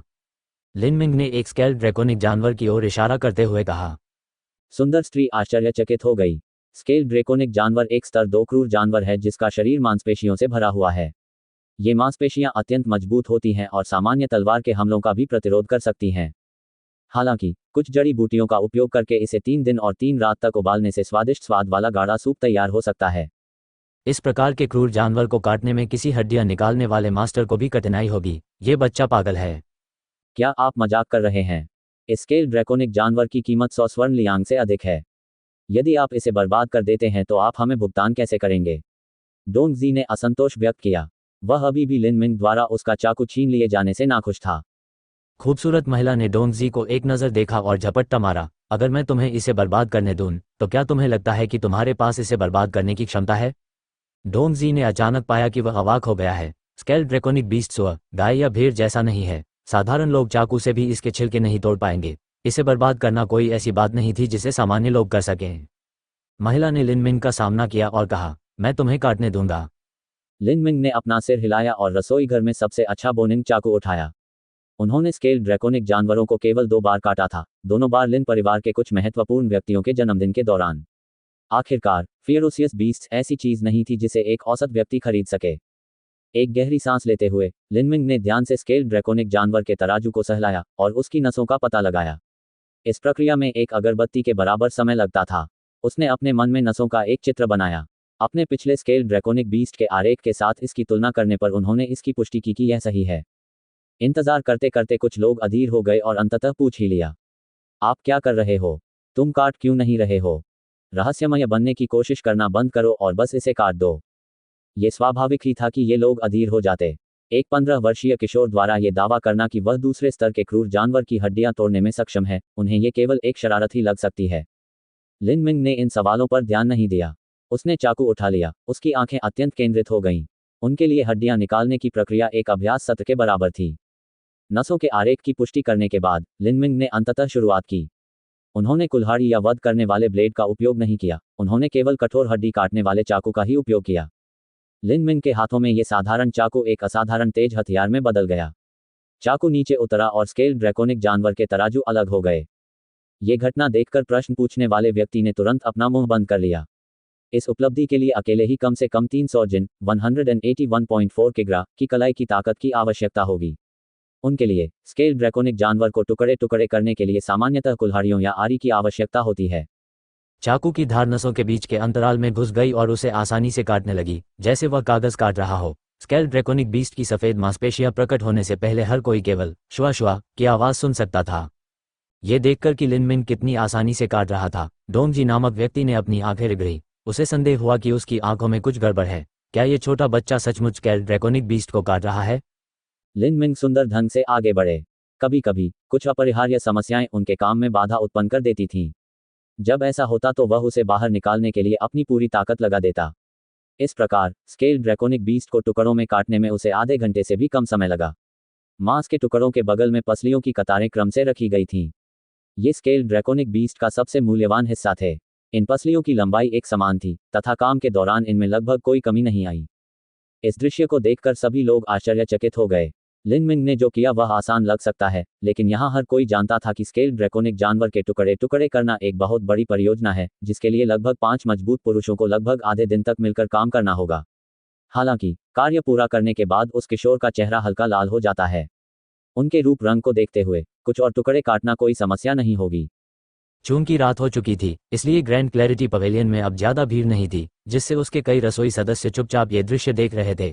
फिर लिन मिंग ने चाकू नीचे रखा और पूछा, क्या मैं अब यहाँ काम कर सकता हूँ? मेरे काम के घंटे 2 लंबे घंटों 4 घंटे से अधिक नहीं होने चाहिए और मेरा मांगा गया मासिक वेतन 5 स्वर्ण लियांग है। एक और बात, आपको मेरे लिए भोजन और आवास की व्यवस्था करनी होगी। सुंदर महिला ने कुछ क्षण तक इस पर विचार किया और फिर सिर हिला दिया। सौदा।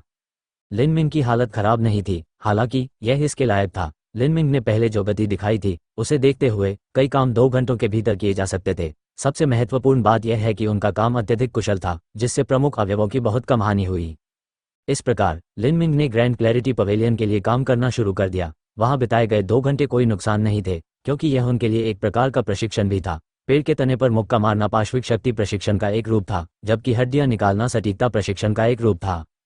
उसी रात लिन मिंग गोदाम में रुका और उसने प्रथम स्तर के 3 क्रूर जानवरों को काट डाला। ऐसा करने के बाद उसका पूरा शरीर पसीने से भीग गया और उसकी बाहें दर्द करने लगीं। वह आराम करने के लिए अपने लॉज की ओर जाने से पहले आखिरी पेड़ को भी काटने की तैयारी करने लगा। अंतिम के लिए उन्होंने दूसरे स्तर के एक और क्रूर जानवर को चुना, गोल्डबैक पेंगोलिन। इस क्रूर जानवर के दांत पत्थरों को कुचल सकते हैं और पहाड़ को ऐसे छेद सकते हैं जैसे वह टोफू हो। पहले बहुत अधिक आदिम ऊर्जा का उपभोग करने के कारण लिन मिंग को गोल्डबैक पेंगोलिन के शल्कयुक्त पेट को काटने के लिए बहुत अधिक ताकत लगानी पड़ी। उन्होंने इस गोल्डबैक पेंगोलिन को इसलिए चुना था ताकि वे स्वयं को अपनी सीमाओं से आगे जाने के लिए मजबूर कर सकें। तराजू को काटने के बाद उसका काम बहुत आसान हो गया। चाकू की धार गोल्डबैक पेंगोलिन के पेट की मांसपेशियों के बीच की जगह से होकर फिसल गई। हालांकि यह वह क्षण था जब लिन मिंग को लगा कि चाकू रोक दिया गया है। ऐसा लगा जैसे चाकू किसी कठोर चीज से टकरा गया हो।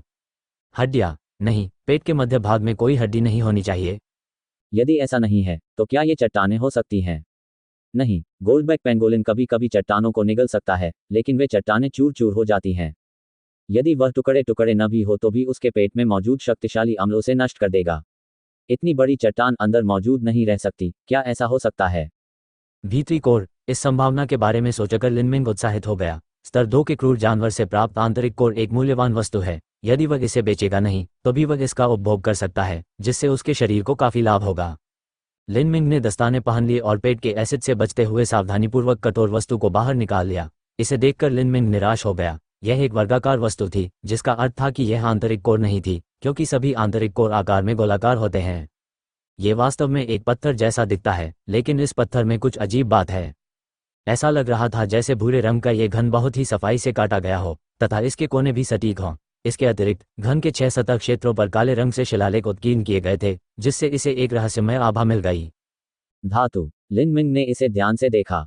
यह न तो धातु का प्रतीत होता है, न ही पत्थर का। शायद यह जेड का एक रूप है। लिनमिंग ने नदी के थोड़े पानी से पत्थर को धोया।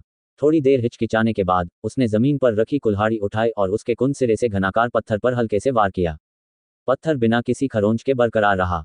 इसकी उम्मीद तो थी ही। ये तथ्य कि यह पत्थर गोल्डबैक पेंगोलिन द्वारा निगले जाने के बाद भी बरकरार रह सका, इसकी अविश्वसनीय स्थायित्व का प्रमाण था। लिनमिंग ने धीरे धीरे अपने हमलों की ताकत बढ़ा दी। अंततः उसने पूरी ताकत से वार किया, जिसके परिणामस्वरूप कुल्हाड़ी और हथौड़ा मारने वाली निहाई पर गड्ढा बन गया। हालांकि क्यूब पर एक भी विकृति नहीं दिखाई दी। पवित्र बकवास 1। लिनमिंग दंग रह गया। उसने सोचा था कि पत्थर सख्त होगा, लेकिन उसने कभी नहीं सोचा था कि यह इतना सख्त होगा। यह वस्तु कैसे बनाई गई? लिनमिंग कोई जवाब नहीं दे सका। ये पत्थर और इसका आकार बहुत अजीब है। संभवतः किसी शोधक मास्टर ने अत्यंत टिकाऊ सामग्रियों का उपयोग करके इस पत्थर का निर्माण किया होगा।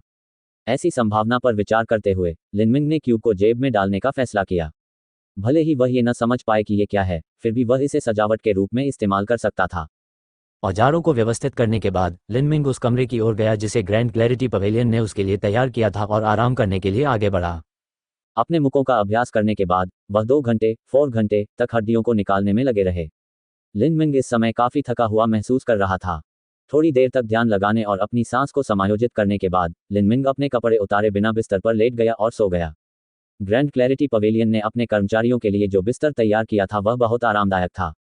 इसके अलावा सेनापति का दूसरा बेटा यहाँ उनके लिए कोई समस्या पैदा नहीं कर सका।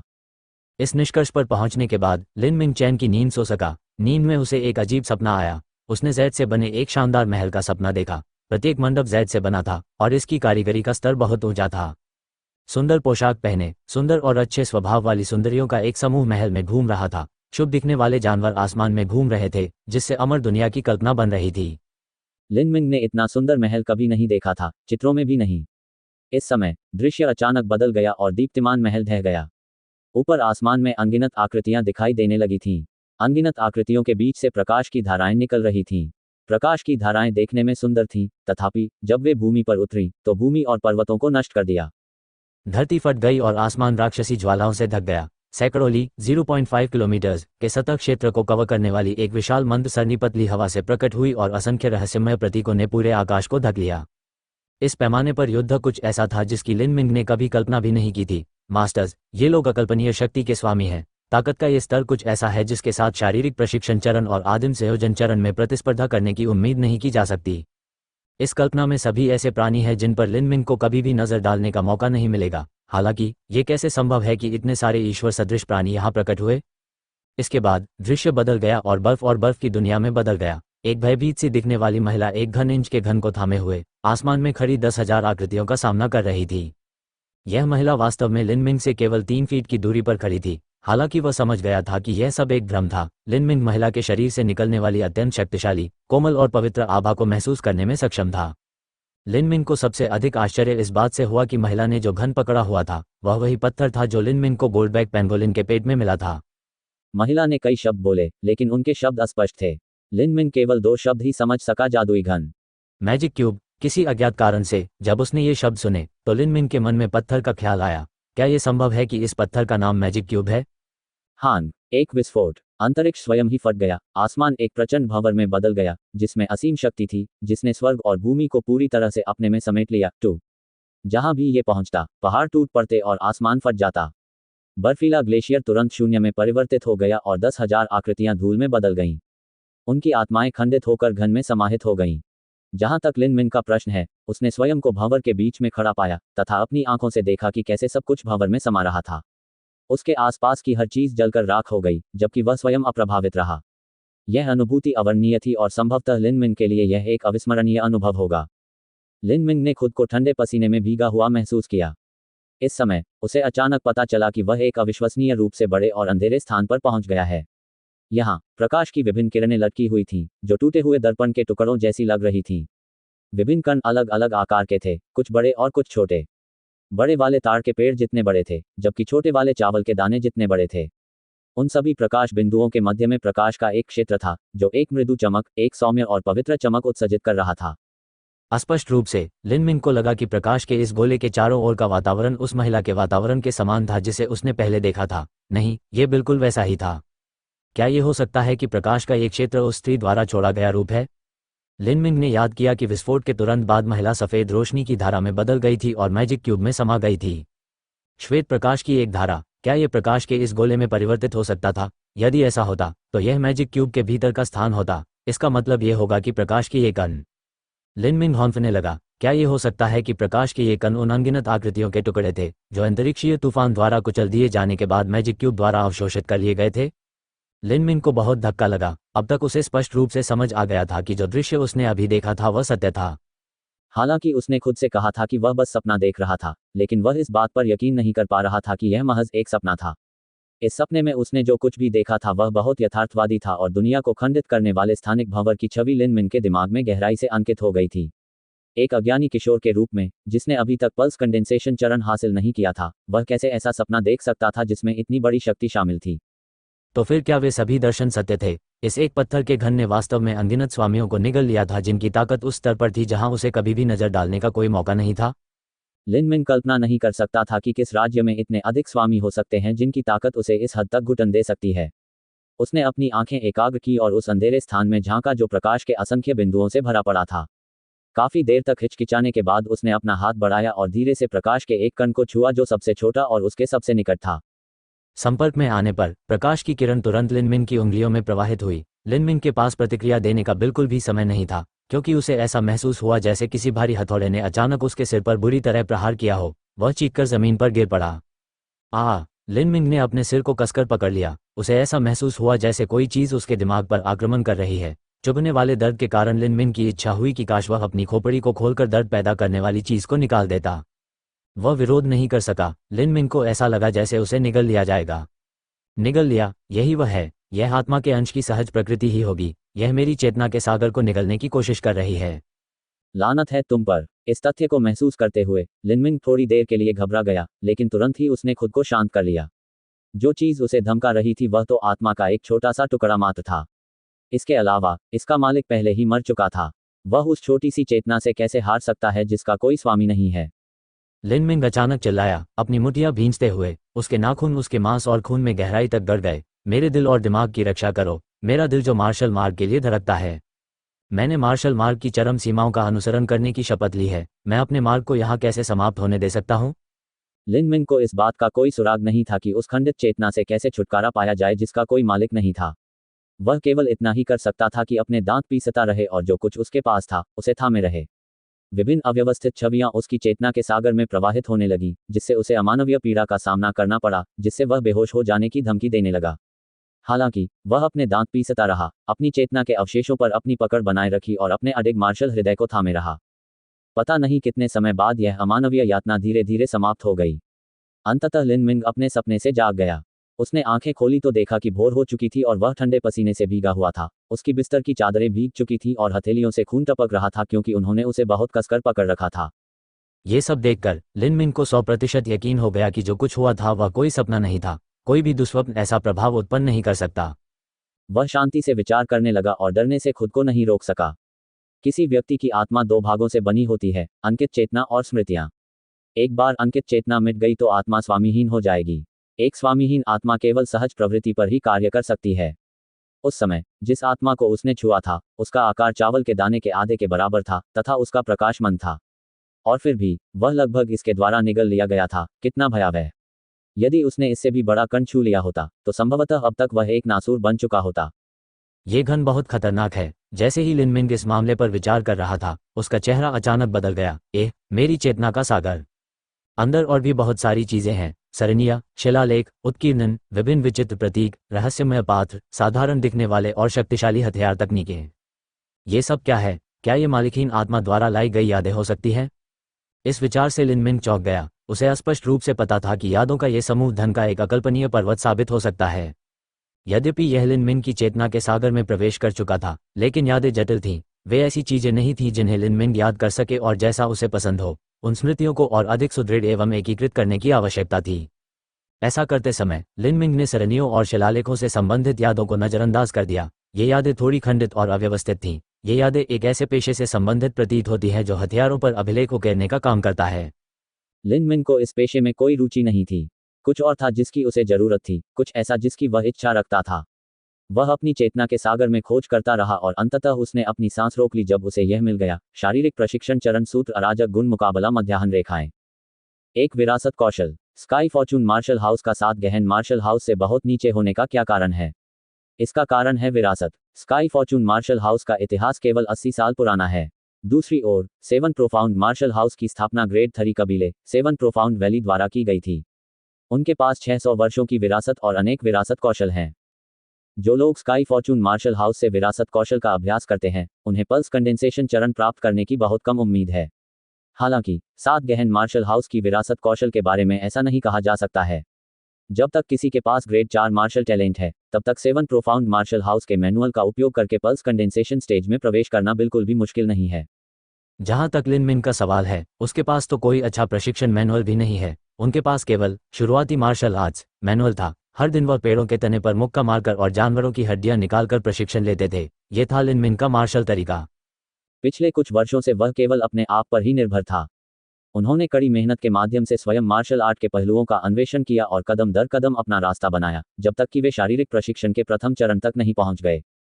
उनके लिए विरासत एक महत्वपूर्ण अस्तित्व था। लिनमिंग अतुलनीय रूप से उत्साहित था और उसने इस विरासत कौशल के बारे में ज्ञान को बड़े चाव से छांटा। कुछ ही समय बाद अराजक गुणों का मुकाबला मेरिडियन ने उन्हें फिर से आश्चर्यचकित कर दिया।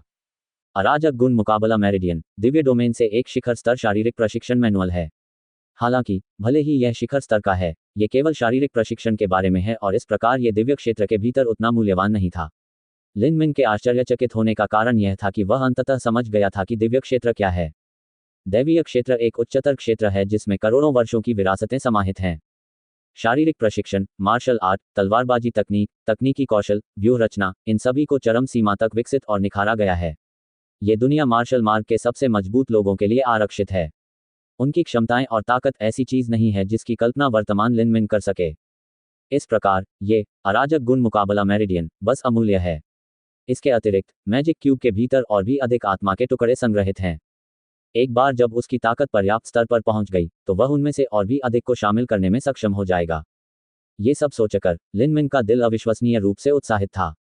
वर्तमान में लिनमिंग को सबसे ज्यादा डर इस बात का है कि कौशल मैनुअल अधूरा रह जाएगा। आखिरकार उसने जो आत्मा का टुकड़ा अवशोषित किया था वह तो केवल एक छोटा सा कण था। यदि ऐसा हुआ तो यह अत्यंत दुख की बात होगी।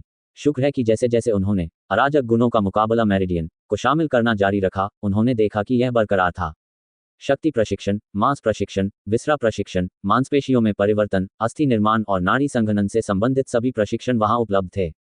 ये तथ्य लिनमिंग के लिए काफी आश्चर्यजनक था। स्काई स्पिल कॉन्टिनेंट में शारीरिक प्रशिक्षण मैनुअल सामान्यतः केवल एक चरण के लिए ही थे।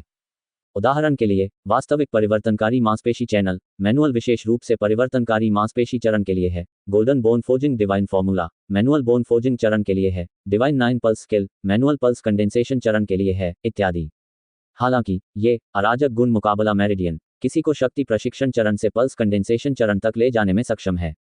लेकिन इसके बाद लिनमिंग को जो मिला उससे वह और भी हैरान हो गया। स्काई स्पिल कॉन्टिनेंट के भीतर पल्स कंडेंसेशन शारीरिक प्रशिक्षण चरण के अंत का प्रतीक है, जिसके बाद व्यक्ति प्राइमल असेंबलेज स्टेज पर कदम रखेगा। आदिम संयोजन अवस्था को उत्तर आकाशीय अवस्था और पूर्व आकाशीय अवस्था में विभाजित किया गया है। अधिकांश लोगों के लिए पल्स कंडेंसेशन एक अड़चन है जिसे वे तोड़ नहीं सकते। ये लोग हमेशा के लिए अस्थि निर्माण चरण में फंसे रहेंगे। नाड़ी संघनन मानव शरीर के भीतर नसों की सीमा है। ये एक सर्वमान्य ज्ञान है। हालांकि अराजक गुणों का मुकाबला मेरिडियन के अनुसार पल्स कंडेंसेशन से परे एक और चरण मौजूद है, tempering marrow. Tempering marrow stage के ऊपर वास्तव में अन्य भी हैं।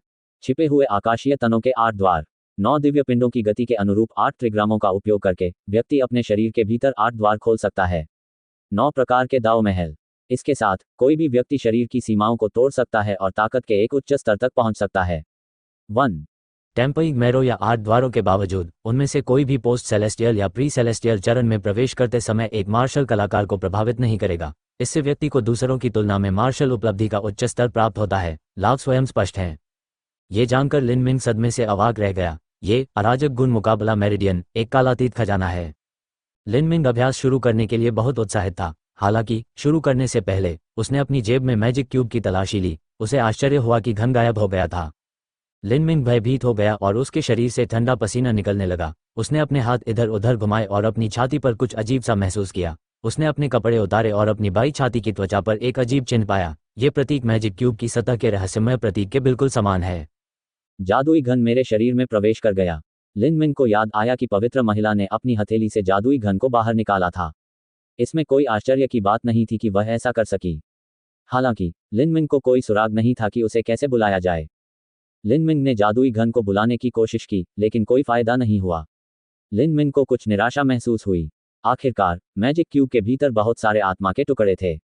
उस समय उन्होंने केवल सबसे छोटा और धुंधला टुकड़ा ही छुआ था और बहुत अच्छी फसल प्राप्त की थी। यदि वह उन आत्मा के टुकड़ों को और अधिक सम्मिलित कर सके तो वह जो खजाना खोल सकेगा उसकी मात्रा अकल्पनीय होगी।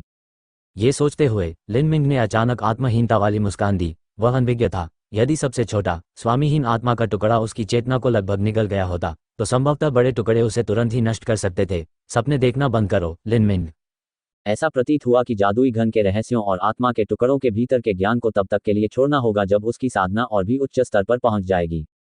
अभी उसे जो करने की आवश्यकता थी वह था यथाशीघ्र अराजक गुणों का मुकाबला मेरिडियन का अभ्यास करना। लिन मिंग ने मैजिक क्यूब को बुलाने की कोशिश करना बंद कर दिया और दिव्य डोमेन से विरासत कौशल का पता लगाना शुरू कर दिया। अराजक गुणों का मुकाबला मेरिडियन का सार शरीर को अद्भुत शक्ति वाले दिव्य हथियार में बदलना है। इसके अतिरिक्त अराजक गुण मुकाबला मेरिडियन भी ताकत का उपयोग करने वाली तकनीकों पर जोर देता है। इसकी शक्ति प्रशिक्षण की पहली परत पहले से ही मानक से बहुत अलग है। सामान्यतः जब कोई व्यक्ति 1000 जिन 604 के ग्रा बल उठाने में सक्षम हो जाता है तो वह व्यक्ति मामूली समझ प्राप्त कर लेता है और एक मुक्के से लोहे के पेड़ को तोड़ सकता है। हालांकि अराजक गुणों वाले लड़ाकू मेरिडियन के लिए न केवल शक्ति के प्रशिक्षण की आवश्यकता होती है बल्कि सटीकता के प्रशिक्षण तथा प्रयुक्त शक्ति की मात्रा पर नियंत्रण की भी आवश्यकता होती है। एक बार जब व्यापक समझ प्राप्त हो जाएगी तो कोई भी व्यक्ति अपनी हथेली का उपयोग करके पेड़ के तने को महीन रेशों में बदल सकेगा। इस भाग को पढ़कर लिन मिंग के भीतर तीव्र लालसा की भावना पैदा हुई। इसमें कोई संदेह नहीं था कि अराजक गुणों का मुकाबला करने वाले मेरिडियन का प्रशिक्षण उसे औसत गुरु की तुलना में कहीं अधिक शक्तिशाली बना देगा। 3 दिन बाद महान पर्वत जो की तलहटी में आकाश में पूर्ण चंद्रमा के लटकते हुए लिन मिंग घास के मैदान पर अपनी आंखें बंद करके खड़ा था। वह एक विशिष्ट लय में सांस लेता रहा और न जाने कितनी देर तक वहीं खड़ा रहा। उसका पूरा अस्तित्व अभी भी एक मूर्ति की तरह था जो चांदनी से प्रकाशित था। वह ट्रू प्राइमल केस फॉर्मूला का अभ्यास कर रहे थे जो कैओटिक वर्चुज कॉम्बैट मेरिडियंस मैनुअल से प्राप्त सच्ची आदिम ऊर्जाओं को प्रसारित करने की एक विशेष विधि थी। यह फॉर्मूला शरीर को संयमित करने और हड्डियों को मजबूत बनाने के लिए वास्तविक मौलिक ऊर्जा का उपयोग करने में बहुत बेहतर है। एक बार जब इस सूत्र की व्यापक समझ प्राप्त हो जाएगी तो परिणामी शक्ति और स्थायित्व में बहुत सुधार होगा जो उसी क्षेत्र के स्तर से भी बेहतर होगा। रात को बहती हवाओं के कारण असंख्य सुंदर घासें एक साथ आकर लहरदार लहरें बनाती थीं जो इधर उधर नाचती थीं। लिन मिंग की सांसें इन लहरों के अनुरूप लग रही थीं, मानो वह आसपास के वातावरण के साथ एक हो गया हो। लिन मिंग के सिर के ठीक ऊपर एक पत्ते पर ओस की एक बूंद लुढ़क गई। चुपचाप संघनित होकर अंततः यह नीचे गिर गया। लिन मिंग जो पहले तो निश्चल था उसने अचानक अपनी आंखें खोली। उसने अपना दाहिना हाथ आगे बढ़ाया जिससे ओस की बूंद उसकी उंगली पर गिरने लगी। ओस की बूंदें उंगली से लुढ़क कर उसकी हथेलियों पर आ गईं। ओस की बूंद को पकड़ते हुए लिन मिंग के दाहिने हाथ ने अचानक मुट्ठी बना ली। उसके कंधे और जांघ अपनी स्थिति में आ गए और उसने एक मुक्का मारा।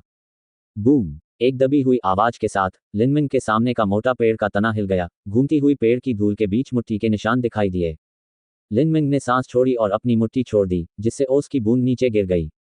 पादा ध्वनि के साथ वह घास पर गिरा और बिखर गया। लिन मिंग के चेहरे पर मुस्कान उभर आई। जब अराजक गुण मुकाबला मेरिडियन पूर्णता की स्थिति तक पहुंच जाता है तो ओस की बूंद बिना विखंडित हुए एक साथ बाहर निकल जाती है। 2 यद्यपि उनकी वर्तमान समझ अभी उस स्तर तक नहीं पहुंची है फिर भी उन्होंने कुछ सफलता हासिल की है। इसके अलावा पहले किए गए मुक्के से आयरन ट्री पर लगभग आधा फुट गहरा निशान रह गया था। 3 दिन पहले उनका मुक्का अधिक से अधिक आधा इंच ही छोड़ पाता था। उनकी वर्तमान उपलब्धि ट्रू प्राइमल केस फॉर्मूला के कारण थी। इन 3 दिनों में लिन मिंग लगातार इस सच्चे आदिम अराजकता फॉर्मूले का अभ्यास कर रहा था और अंततः प्रारंभिक चरण तक पहुंचने में सफल रहा। सच में लिन मिंग केवल वरिष्ठ 3 की यादों की बदौलत ही इतनी अच्छी तरह से प्रशिक्षित करने में सक्षम था। वरिष्ठ के अनुभव और समझ से लिन मिंग के प्रशिक्षण को बहुत लाभ हुआ। यहां तक कि कौशल की परिसंचारी पद्धति भी वरिष्ठ की आत्मा में गहराई से समा गई थी। लिन मिंग को बस उन्हें याद करने के लिए अपने शरीर का उपयोग करने की जरूरत थी। अपने प्रशिक्षण कार्यक्रम के पागलपन के कारण लिन मिंग की औषधीय जड़ी बूटियों की खपत दर भी बहुत तेज थी। उन्होंने ब्लड जिनसेन की 3 स्लाइसें इस्तेमाल कर ली थीं। इस दर से रक्त जिनसेन का उपयोग आधे महीने से भी कम समय में हो जाएगा।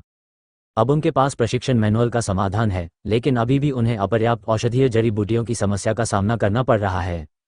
इस प्रकार 2 दिन बीत गए और लिन मिंग की ताकत बढ़ती रही। वर्तमान लिन मिंग बिना किसी प्रयास के स्तर 1 क्रूर जानवरों की हड्डियों को नष्ट करने में सक्षम था। उसके लिए 5 लेवल 2 क्रूर जानवरों को टुकड़े टुकड़े करना भी आसान माना जाता था। एक सुबह लिन जियाओदोंग लिन मिंग को खोजने के लिए ग्रैंड क्लैरिटी पवेलियन में आया। लिन मिंग ने पहले लिन शियाओदोंग को बताया था कि वह ग्रैंड क्लैरिटी पवेलियन में काम कर रहा था, हालांकि उसने उसे इसके पीछे का कारण नहीं बताया था। वार्षिक मार्शल आर्ट मेला। लिन मिंग को लिन शियाओदोंग के वहां जाने के प्रस्ताव को सुनकर झटका लगा। यह सही है, वहां कई मार्शल आर्ट मास्टर और महान लोग होंगे। जहां तक वहां दिखाई देने वाली वस्तुओं का सवाल है, वहां कोई दुर्लभ वस्तु नहीं होगी, केवल अत्यंत दुर्लभ वस्तुएं होंगी। लिन मिंग ने कंधे उचकाकर जवाब दिया। हम उन वस्तुओं को कैसे खरीद सकते थे? अभी तक मेरे पास केवल 20 से भी कम स्वर्ण लियांग हैं। तो क्या हुआ अगर हम इसे खरीद नहीं सकते? हम बस इधर उधर देखने जा सकते हैं। इसे बस अनुभव प्राप्त करने की क्रिया के रूप में लें। इसके अलावा हम जल्द ही मार्शल हाउस में प्रवेश करेंगे। उससे पहले हमें कम से कम एक अच्छा हथियार तो खरीदना ही होगा। भले ही मैं उच्च श्रेणी के हथियार खरीदने में सक्षम न हूं, लेकिन मुझे कुछ मध्यम श्रेणी के हथियार तो मिल ही जाएंगे। लिन शियाओदोंग को निराश नहीं करना चाहती थी, इसलिए लिन मिंग ने उसके साथ बाहर जाने का फैसला किया। आखिरकार ये एक लाभदायक अनुभव होगा। जब वे वहां जा रहे थे, लिन शियाओदोंग मेले के बारे में लगातार बात करता रहा। वह मेले के विवरण, 7 गहन मार्शल हाउस से इसकी दूरी, उपशहरी माने जाने वाले क्षेत्रों आदि से भली भांति परिचित थे। जब वे एक गली से नीचे जा रहे थे, लिन मिंग अचानक रुक गया और उसने अपना हाथ लिन शियाओदोंग के कंधों पर रख दिया। क्या हुआ भाई मिंग? लिन शियाओदोंग ने पूछा। कोई रास्ता रोक रहा है। लिन मिंग ने उसकी कमर को छुआ जहां उसका बोनिंग चाकू बंधा हुआ था।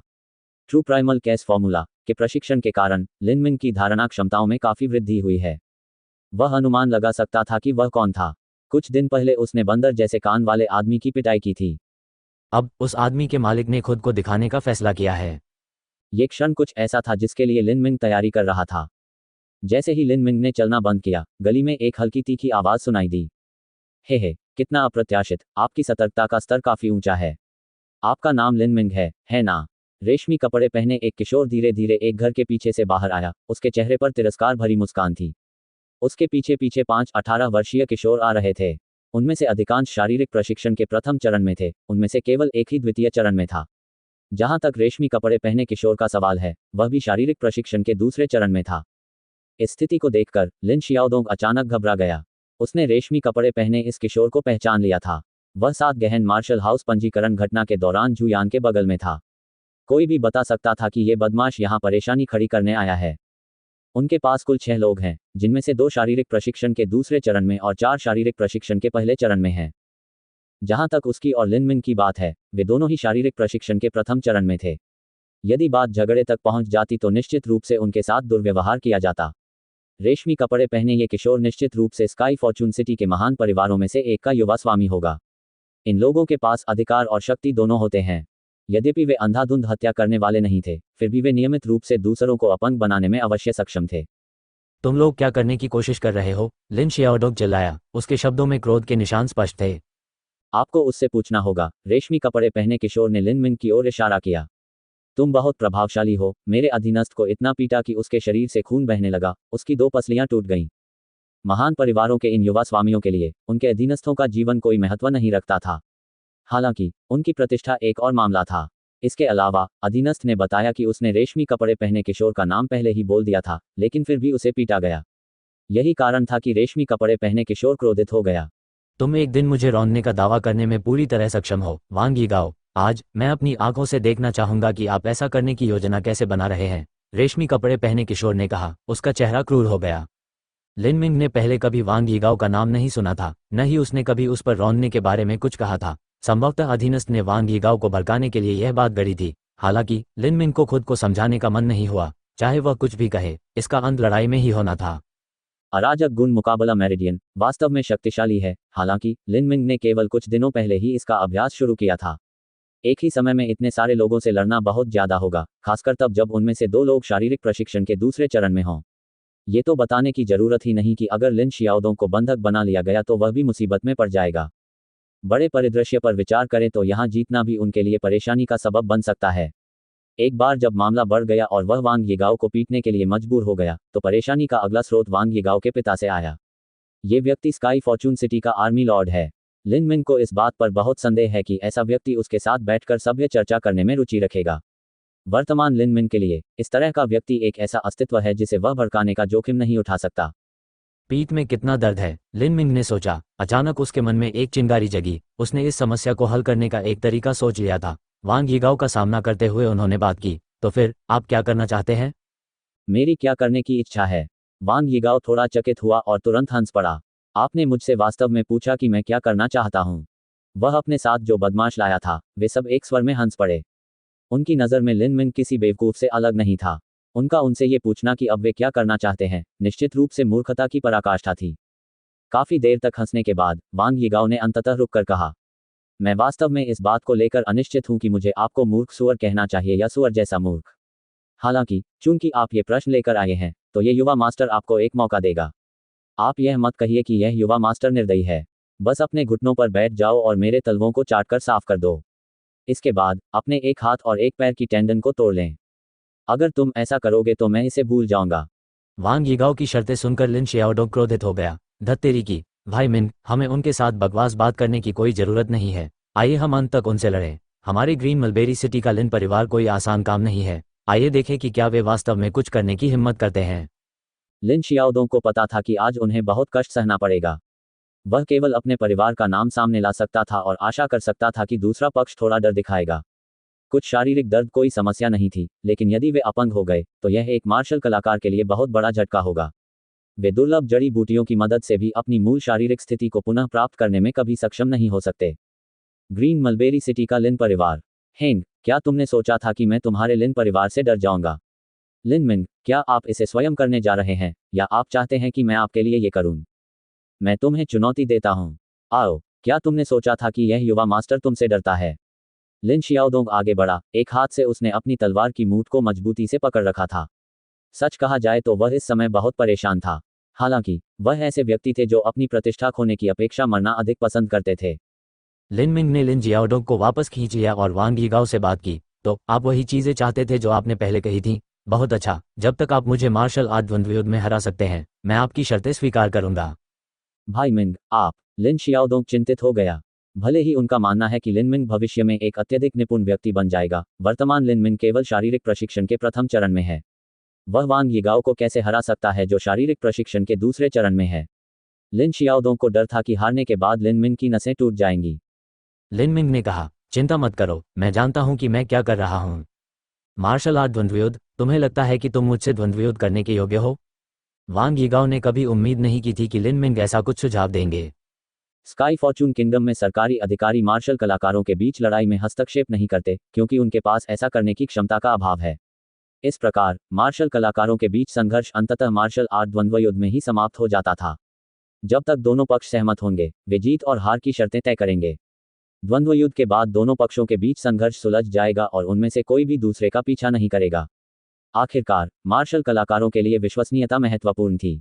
वांग यीगाओ की ताकत को देखते हुए, जो लिन मिंग से एक स्तर ऊपर थी, उन्हें विश्वास नहीं था कि वह हार जाएंगे। उन्होंने बस यह महसूस किया कि लिन मिंग के साथ मार्शल आर्ट द्वंद्व युद्ध में शामिल होना अनुचित था। लिन मिंग ने जवाब दिया। उन्होंने कहा, योग्यता या अयोग्यता जैसी कोई बात नहीं होती, सवाल सिर्फ इतना है कि आप हिम्मत करते हैं या नहीं। क्या आप ये कहना चाह रहे हैं कि मुझ में हिम्मत नहीं है? यह इस वर्ष मैंने सुनी सबसे मजेदार बात है। बहुत अच्छा, चूंकि तुम इतनी लापरवाह हो तो मैं तुम्हें संतुष्ट कर दूंगा। लिन मिंग ने कहा, बहुत अच्छा, चलो हम चौक की ओर चलें। जिस गली में वे थे वह बहुत दूर थी, वहां कोई गवाह नहीं था। लिन मिन को डर था कि वांग यीगाओ अपनी बात से मुकर जाएगा। हालांकि अगर वे स्काई फॉर्चून सिटी के कई लोगों के सामने द्वंद्वयुद्ध करते हैं तो यहां तक कि एक मोटे चेहरे वाले वांग यीगाओ के पास भी परिणामों को नकारने का कोई तरीका नहीं होगा, जब तक कि वह अब स्काई फॉर्चून सिटी में नहीं रहना चाहता। मार्शल कलाकारों के बीच द्वंद्वयुद्ध हमेशा एक उल्लेखनीय दृश्य होता है और इस चौक पर दर्शकों की कभी कमी नहीं होती। कुछ ही क्षणों में वहां बहुत से लोग एकत्रित होने लगे, यहां तक कि कुछ मार्शल आर्टिस्ट भी वहां उपस्थित थे। दोनों प्रतियोगियों को देखकर भीड़ में बातचीत शुरू हो गई। क्या वह आर्मी लॉर्ड वांग का बेटा नहीं है? वास्तव में ये कमीना फिर से दूसरों को धमकाना शुरू करने वाला है। मुझे आश्चर्य है कि ये किस परिवार का बच्चा है जो इतना बदकिस्मत है। शारीरिक प्रशिक्षण का पहला चरण शारीरिक प्रशिक्षण के दूसरे चरण से मुकाबला कर रहा है। वह बच्चा स्पष्टतः हारने वाला है। ऐसा लगता है कि यह बच्चा कोई आम आदमी है। एक सामान्य व्यक्ति के लिए शारीरिक प्रशिक्षण में प्रथम स्तर प्राप्त कर पाना बड़ी उपलब्धि है। दया, ऐसा प्रतीत होता है कि वह अपंग हो जाएगा। स्काई फॉर्चून सिटी में वांग यीगाओ की प्रतिष्ठा अच्छी नहीं थी और अधिकांश लोग कमजोर लोगों के प्रति सहानुभूति रखते थे। उनकी आंखों में लिन मिन के प्रति करुणा देखी जा सकती थी। जितने अधिक लोग आते, वांग यीगाओ उतना ही अधिक दुखी होता। आखिरकार शारीरिक प्रशिक्षण में द्वितीय स्थान प्राप्त करने वाले खिलाड़ी द्वारा प्रथम स्थान प्राप्त करने वाले खिलाड़ी को हराना गर्व की बात नहीं थी। इसके अलावा ये तथ्य भी था कि उनके प्रतिद्वंद्वी की पहचान उनसे बहुत नीचे थी। इस प्रकार वांग यीगाओ नहीं चाहता था कि यह दृश्य बहुत से लोगों को दिखे। वांग यीगाओ ने अधीरता से कहा, आप किसका इंतजार कर रहे हैं? आओ हम द्वंद्वयुद्ध करें। उसके बाद जाओ और अपनी नसें स्वयं तोड़ डालो। मैं तुम्हें हमारे बीच के अंतर को समझा दूंगा। आसपास बड़ी संख्या में लोगों को इकट्ठा होते देख लिन मिन ने वांग यीगाओ का सामना किया और जवाब दिया, स्वाभाविक रूप से हम द्वंद्व शुरू करेंगे। हालांकि अगर मैं हार गया तो मैं आपकी दया पर निर्भर हो जाऊंगा। तो फिर अगर मैं जीत गया तो क्या होगा?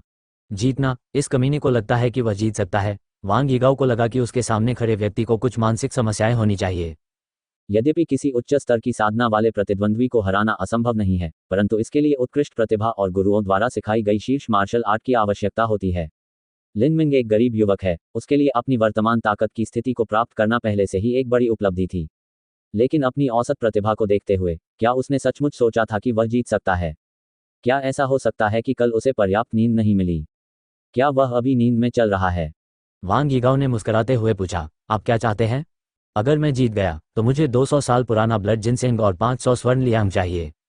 200 साल पुराना रक्त जिनसेंग और 500 सोने के लियांग। आसपास के सभी लोग अवाक रह गए। ये बच्चा बहुत ज्यादा देखभाल करने वाला है। 200 साल पुराने रक्त जिनसेंग के लिए 300 स्वर्ण लियांग की आवश्यकता होगी। ये सब मिलाकर 800 स्वर्ण लियांग के बराबर होगा।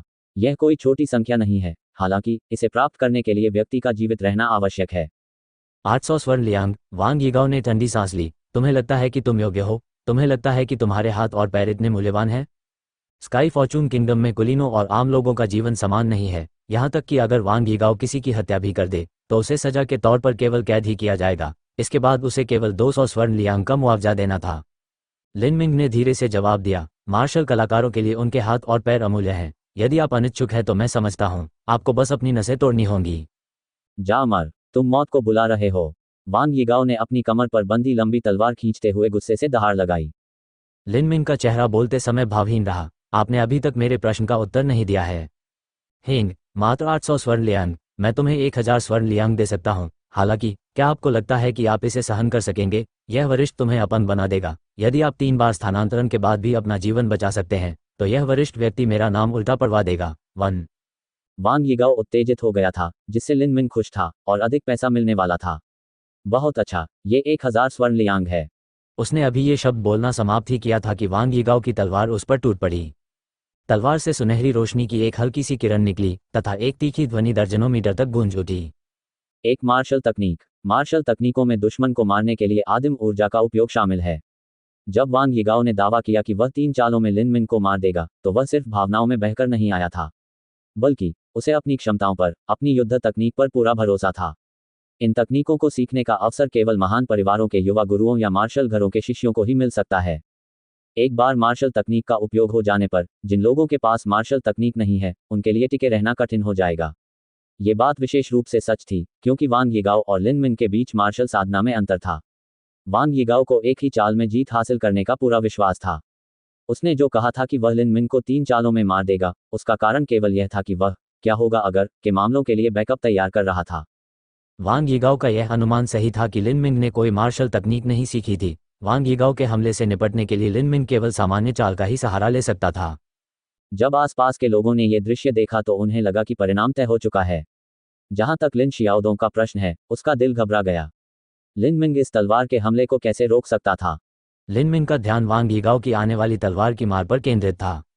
अराजक गुणों का मुकाबला करने वाले मेरिडियन से ट्रू प्राइमल केस फॉर्मूला का अभ्यास करने के बाद से उनकी धारणा कई गुना बढ़ गई थी।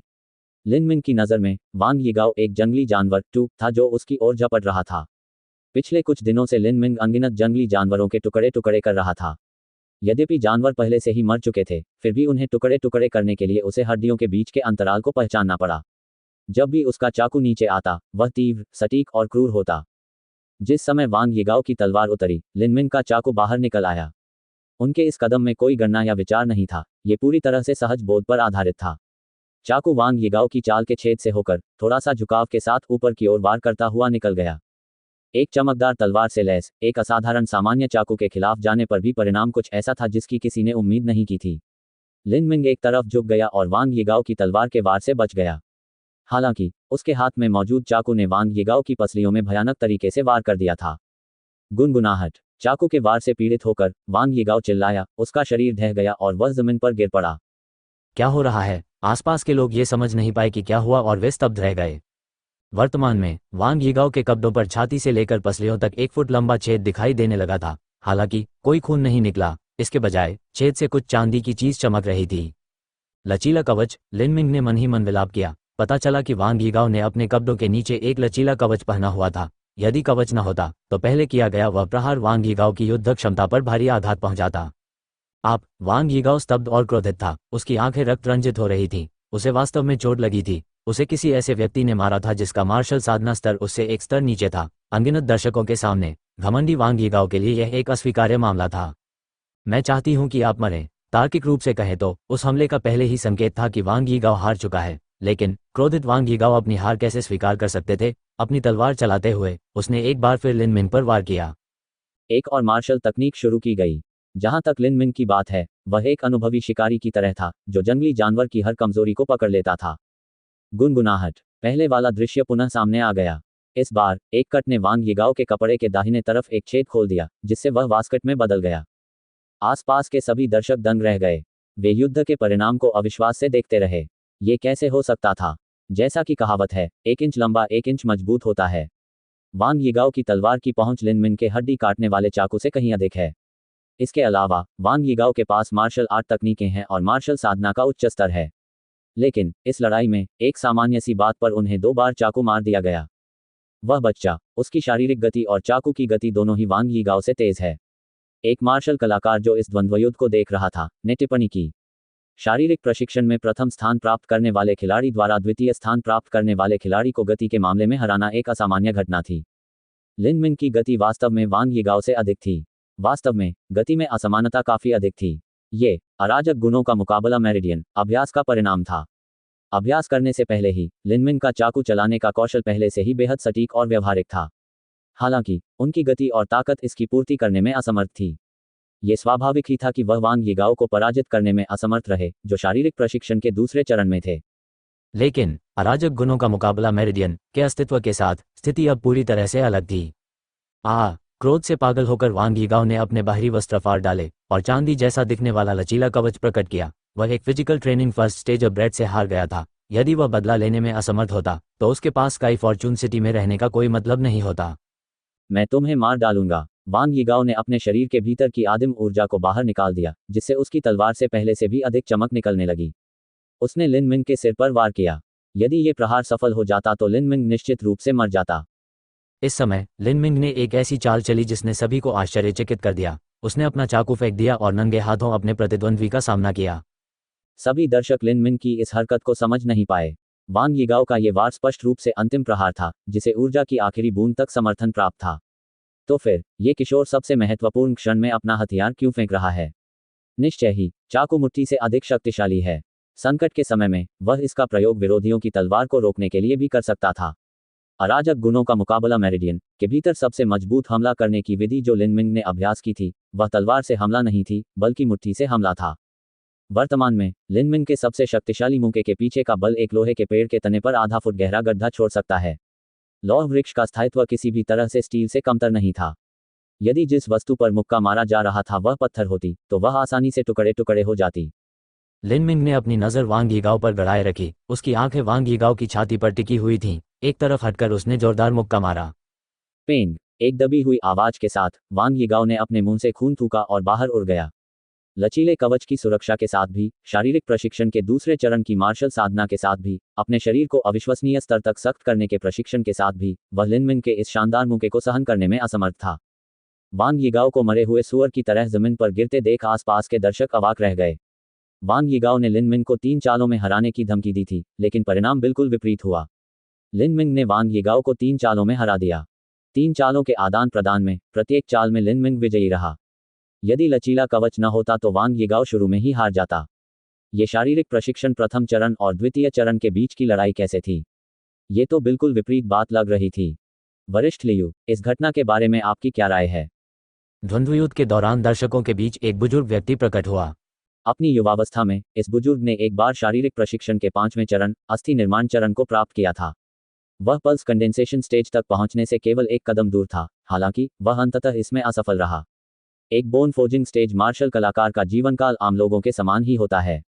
स्वाभाविक रूप से उनके शरीर समय के प्रहारों का सामना नहीं कर सके।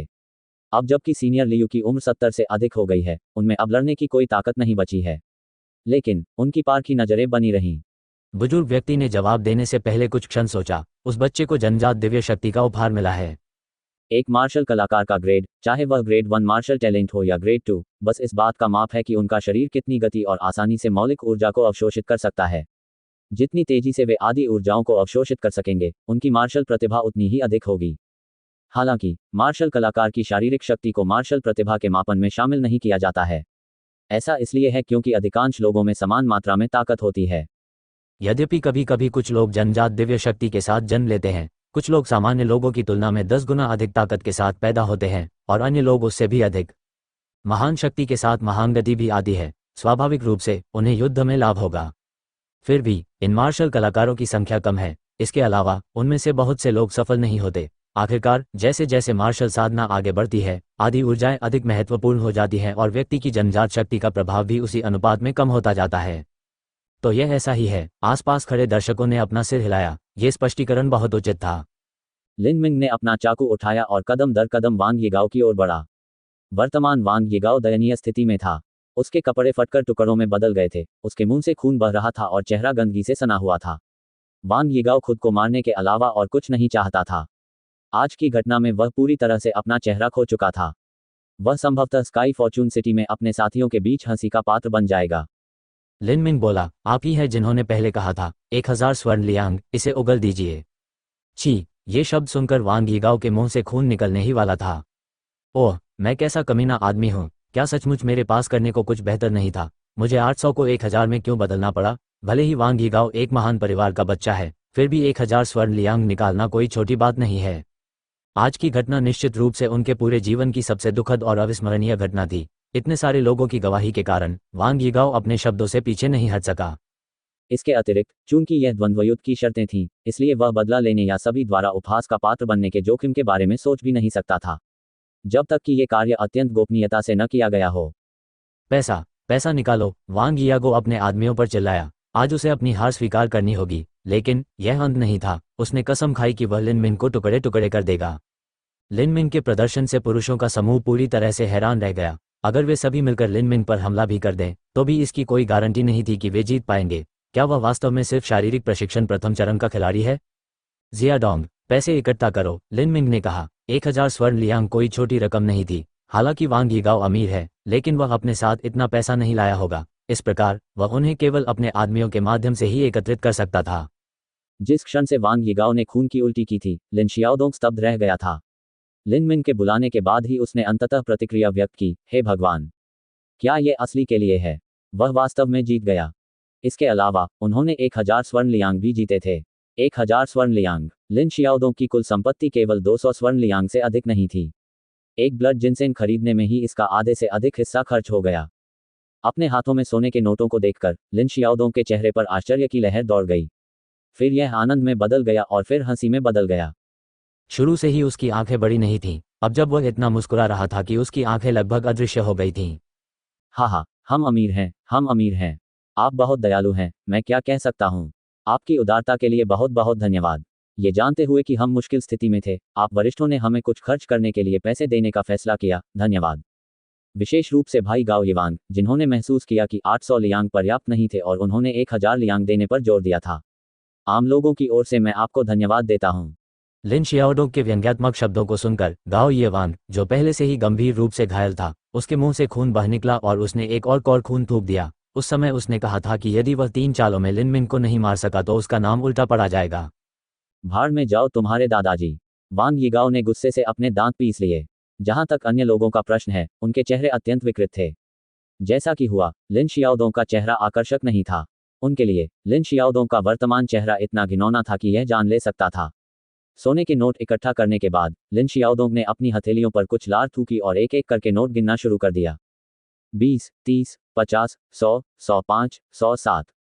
लिन शियाओदोंग ने सोने के नोटों के मोटे ढेर को 3 बार गिना, फिर मुस्कुराहट और तिरछी आंखों से कहा, 850 स्वर्ण लियांग, 150 कम। मैं कहता हूं, क्या तुम सब धनवान नहीं हो? ऐसा कैसे है कि आप इतनी छोटी सी रकम भी नहीं दे सकते? लिन शियाओदोंग की बातें सुनकर वांग यीगाओ को फिर से खून की उल्टी आ गई। उसका चेहरा गहराई में उतर गया। उसने अपना दाहिना हाथ हिलाया और एक डिंग की आवाज सुनाई दी। उसकी लंबी तलवार चौक के बीच में धंसी हुई थी। एक तेज तलवार, ये किसी भी हथियार की दुकान में 200 स्वर्ण लियांग में बेची जा सकती है। हम जा रहे हैं। उनमें से 6 लोग दूसरों से बदला लेने आए थे। हालांकि अंतिम परिणाम यह हुआ कि उन्हें अपनी तलवारों सहित अपनी सारी संपत्ति सौंपनी पड़ी। वांग यीगाओ के लिए यह दयनीय स्थिति पहली बार थी। हरी भरी तीखी तलवार को देखकर लिन शियाओडोंग मुस्कुराया। उसे हथियारों के संबंध में कुछ ज्ञान है और वरदान शाप तलवार वास्तव में एक असाधारण हथियार है। कम से कम यह उससे कहीं बेहतर है जो वह प्रयोग कर रहा था। लिन मिंग ने कहा, अगर तुम्हें यह पसंद है तो तुम इसे ले सकते हो। लिन शियाओडोंग ने उत्तर दिया, मैं ऐसा नहीं कर सकता। भाई मिंग, आपके पास अभी तक कोई हथियार भी नहीं है।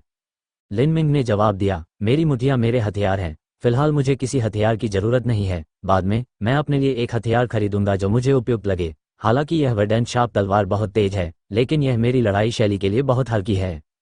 लिन शियाओडोंग को उस भयानक मूर्ति की याद आई जो लिन मिंग ने उस समय फेंकी थी और उसे सहमत होना पड़ा कि यह तलवार लिन मिंग के साथ मेल खाने के लिए पर्याप्त नहीं थी। ठीक है, तो फिर मैं ये तलवार ले लूंगा। हालांकि भाई मिंग, आप सचमुच डरावने हैं। मैंने तुम्हें पहले कभी ऐसे किरदार में नहीं देखा। जब से लिन मिंग ने मार्शल आर्ट का अभ्यास करना शुरू किया था, लिन शियाओडोंग ने लिन मिंग को कभी एक्शन में नहीं देखा था। वह कैसे जान सकता था कि लिन मिंग की ताकत इतनी बढ़ गई थी? उनका मानना था कि यह लिन मिंग की कड़ी मेहनत का नतीजा है। लिन मिंग ने समझाया, वांग यीगाओ को अपनी ताकत पर विस्तृत पकड़ नहीं है और वह केवल एक शुरुआती शारीरिक प्रशिक्षण द्वितीय चरण है। इसके अलावा उसकी नींव भी अस्थिर है। उनकी साधना का स्तर संभवतः दवाओं से खुद को भरने का परिणाम है। यहां तक कि उनकी युद्ध तकनीक भी उल्लेखनीय नहीं थी। उसे हराना गर्व की बात नहीं है। मेरा पहला लक्ष्य झू यान है। झू यान वांग यीगाओ से अलग है। झू यान के पास उच्च मात्रा में शक्ति और ठोस आधार है। उनकी ग्रेड 4 की मार्शल प्रतिभा केवल दिखावे के लिए नहीं है। इसके अलावा वह काफी मेहनती भी है। इस प्रकार वर्तमान लिन मिंग के पास झू यान को हराने का कोई मौका नहीं था। लिन मिंग ने सोने के नोट स्वीकार किए, फिर उन्हें अलग अलग कर दिया और बिना गिने एक ढेर लिन शियाओडोंग को दे दिया। इसका उपयोग करें। आप क्या कर रहे हो? ये सारा सोना आपने कमाया है। मैंने पहले ही तलवार ले ली है। जहां तक सोने की बात है तो मुझे इसकी कोई जरूरत नहीं है। मेरे अभ्यास के तरीके के अनुसार प्रति माह 10 स्वर्ण लियांग ही अधिकतम है जिसकी मुझे आवश्यकता होगी। लिन मिंग कुछ देर तक चुप रहा, फिर बिना कोई आपत्ति जताए उसने सोने के नोट अपनी छाती में रख लिए। उनके और लिन शियाओडोंग के बीच ऐसे विवरण अनावश्यक थे। ठीक है, चलो मेले में चलें। आप ठीक कह रहे हैं। हाँ, मैं तो मेले के बारे में भूल ही गया था। अब हमारे पास इसके लिए पूंजी है, 1000 लियांग। दुष्ट! इस वरिष्ठ नागरिक ने पहले कभी इतनी बड़ी धनराशि पर नजर भी नहीं डाली थी। इस बार मैं धूम मचा दूंगा। हाँ, वह अवश्य ही बदला लेगा। वह ऐसा खुलेआम नहीं, बल्कि गुप्त रूप से करेगा। यह एक पुल है जिसे हमें पार करना होगा। ... लिन मिंग का स्वर ये कहते हुए धीमा हो गया। अगर वांग यीगाओ इस मामले को यहीं छोड़ दे तो सब कुछ खत्म हो जाएगा। हालांकि अगर वह गुप्त रूप से उनके खिलाफ साजिश रचता या उन्हें निशाना बनाने के लिए हत्यारे भेजता तो लिन मिंग को वांग यीगाओ को उसकी ही दवा चखाने में कोई हिचक नहीं होती। स्वाभाविक रूप से लिन मिंग ऐसे उपायों का सहारा नहीं लेना चाहेंगे। आखिरकार वांग यीगाओ के पिता स्काई फॉर्चून सिटी की रक्षा सेना के भगवान हैं। एक बार ऐसी घटना का पता चल गया तो सब कुछ खराब हो जाएगा। यह मेला स्काई फॉर्चून सिटी के बाहरी इलाके में आयोजित किया गया। ये वह स्थान है जहां सबसे अधिक व्यापारिक लेन देन होता है। हर वर्ष मेले का एक शिखर सम्मेलन आयोजित किया जाएगा। इस मेले में पड़ोसी राज्यों के युद्ध गुरु भी अपनी आवश्यकता की वस्तुएं ढूंढने और खरीदने आते थे। जैसे ही लिनमिंग मेले के प्रवेश द्वार पर पहुंचा, वह लोगों की भीड़ और प्रदर्शन पर रखी विभिन्न प्रकार की वस्तुओं को देखकर आश्चर्यचकित रह गया। यह विलासिता का स्थान था, रईसों और स्वामियों की दुनिया थी। यह देखकर आश्चर्य नहीं होगा कि पल्स कंडेंसेशन स्टेज लोगों की भीड़ के बीच बेतरतीब ढंग से घूम रहा है। जब लिनमिंग भीड़ की गतिविधियों पर नजर रख रहा था तो उनके बीच हलचल मच गई। लिनमिंग ने अपना सिर घुमाकर देखा और वह ये देखकर आश्चर्यचकित हो गया कि घोड़ों द्वारा खींची जा रही एक सफेद आलीशान गाड़ी मेले के प्रवेश द्वार पर आ रही है। गाड़ी खींचने वाले सभी घोड़े एक ही प्रकार के थे, ड्रेकोनिक स्नो हॉर्स। इन घोड़ों में बहुत तेज गति और सहनशक्ति होती है। उनमें से एक की कीमत 10,000 स्वर्ण लियांग तक हो सकती थी। धनी परिवारों के युवा मालिकों की तो बात ही छोड़िए, महान परिवारों के युवा मालिक भी इसे खरीदने को तैयार नहीं होंगे। इसके अंदर किस प्रकार का व्यक्ति हो सकता है? क्या यह संभव है कि वे हजारों डॉलर के सोने के सिक्के वाली गाड़ी में सवार होकर यहाँ शाही परिवार के किसी सदस्य के साथ यात्रा कर रहे हों? लिनमिंग ने मन ही मन सोचा। इस समय लिन शियाओडोग बोला, क्या आप गाड़ी पर सुनहरे भाले के साथ एक शूरवीर को दर्शाती हुई वह शिखा देख रहे हैं? वह मार्शल क्वार्टर गाड़ी है। Martial quarter? आपका मतलब मार्शल किन है? लिनमिंग ने पूछा। और कौन हो सकता है? पूरे स्काई फॉर्चून किंगडम में केवल एक ही मार्शल है। स्काई फॉर्चून किंगडम की सैन्य संरचना के भीतर 10,000 पुरुषों के कप्तान का पद एक महान उपलब्धि है। अगला पद मेजर का होगा। मेजर के ऊपर कर्नल है, कर्नल के ऊपर जनरल है, अंत में जनरल से ऊपर मार्शल होता है। पिछले 80 वर्षों के दौरान स्काई फॉर्चून किंगडम में केवल एक व्यक्ति ही मार्शल के पद तक पहुंच पाया है। स्काई फॉर्चून किंगडम के कई नागरिक वर्तमान सम्राट के नाम से अवगत नहीं हैं, हालांकि वे सभी मार्शल का नाम जानते थे। राज्य रक्षक ग्रैंड मार्शल किन जियाओ 80 साल पहले स्काई फॉर्चून किंगडम को पूर्वी सूर्य साम्राज्य के नेतृत्व में आक्रमण का सामना करना पड़ा था। अनगिनत लोगों की जान चली गई और शाही परिवार को दक्षिण में शरण लेनी पड़ी। किनशियाओ एकमात्र व्यक्ति था जो पीछे रह गया था। अपनी किन सेना की कमान संभालते हुए उन्होंने लगातार सराहनीय कार्य किए, खोई हुई भूमि को पुनः प्राप्त किया और उत्तरी आबादी को बचाया जो गंभीर संकट में थी। 3 वर्षों के बाद किन सेना अंततः पूर्वी सूर्य साम्राज्य को हराने में सफल रही। राजधानी को स्थानांतरित कर दिया गया और उसी वर्ष किन शियाओ को मार्शल की उपाधि प्रदान की गई। इसी समय सेना के दिग्गजों को संगठित करके स्काई फॉर्चून मार्शल हाउस की स्थापना की गई। अपनी सीमित नींव के कारण sky fortune martial house 7 profound martial house के साथ प्रतिस्पर्धा करने में असमर्थ है, जिसे ग्रेट थरी कबीले 7 प्रोफाउंड वैली द्वारा स्थापित किया गया है। हालांकि sky fortune martial house sky fortune kingdom के लिए सैन्य अकादमी के रूप में भी कार्य करता है। स्काई फॉर्चून मार्शल हाउस से स्नातक करने के बाद जो लोग सेना में प्रवेश करेंगे वे निश्चित रूप से अच्छा पद प्राप्त कर सकेंगे। जहां तक किन जियो का सवाल है, वह स्काई फॉर्चून मार्शल हाउस के मानद प्रिंसिपल हैं। उनकी मार्शल साधना दिव्योत्तर अवस्था मध्य चरण तक पहुंच गई थी। औसत मार्शल कलाकार के लिए पोस्ट सेलेस्टियल चरण और पल्स कंडेंसेशन चरण से आगे की अवस्था बहुत दूर की बात है। वर्तमान में गाड़ी रुक गई थी और लिनमिंग ने गहरी सांस ली। क्या यह हो सकता है कि किन जियो खुद अंदर है? वह आदमी एक किंवदंती है। गाड़ी का पर्दा एक तरफ खिसका दिया गया और लिनमिंग आश्चर्यचकित हो गया। जो बाहर निकली थी वह एक युवा महिला थी। युवती को देखकर लिनमिंग को आश्चर्य हुआ, जबकि लिन शियाओडोंग की नजरें सीधे उस पर टिक गई। वह कौन सी सुंदरता है जो साम्राज्यों को नष्ट कर सकती है? ये बात है। युवती ने सफेद पोशाक पहन रखी थी, उसके काले बाल कमर तक लटक रहे थे, उसकी त्वचा सुंदर जैड की चमक से चमक रही थी, उसका रूप पूमा की तरह मंत्रमुग्ध कर देने वाला था, उसकी आंखें शरद ऋतु के जल की तरह चमक रही थीं। उसकी सुंदर उभरी हुई नाक, नुकीली ठोड़ी और पतली जैड जैसी गर्दन है। वहां कोई भी दोष नहीं था जिसे देखा जा सके। इसके अलावा उनमें ज्ञान और पवित्रता की आभा थी, जिससे उन पर नजर डालने वालों के मन में एक अपरिहार्य विचार प्रवेश करता था, एक अद्वितीय सौंदर्य। अपने अंगरक्षकों और दासियों के साथ वह युवती गाड़ी से उतरी और मेले में चली गई। वह जहां भी जाती ऐसा लगता जैसे उस क्षेत्र में अनेक रंग जगमगा उठे हों और आड़ू के फूल खिल गए हों। जहां तक उस युवती का प्रश्न है तो वह इस सुंदर छवि के भीतर नृत्य करती हुई प्रतीत हो रही थी, जिसके कारण उसे देखने वाले सभी लोग किसी स्वप्न में खो गए। सभी की निगाहें उस पर टिकी थीं। उसकी गाड़ी जिसकी कीमत कई हजार स्वर्ण लियांग थी, उसकी शानदार सुंदरता, किन परिवार जो 80 वर्षों से अधिक समय तक कायम रहा, इनमें से कोई भी कारक उसे ध्यान का केंद्र बनाने के लिए पर्याप्त था।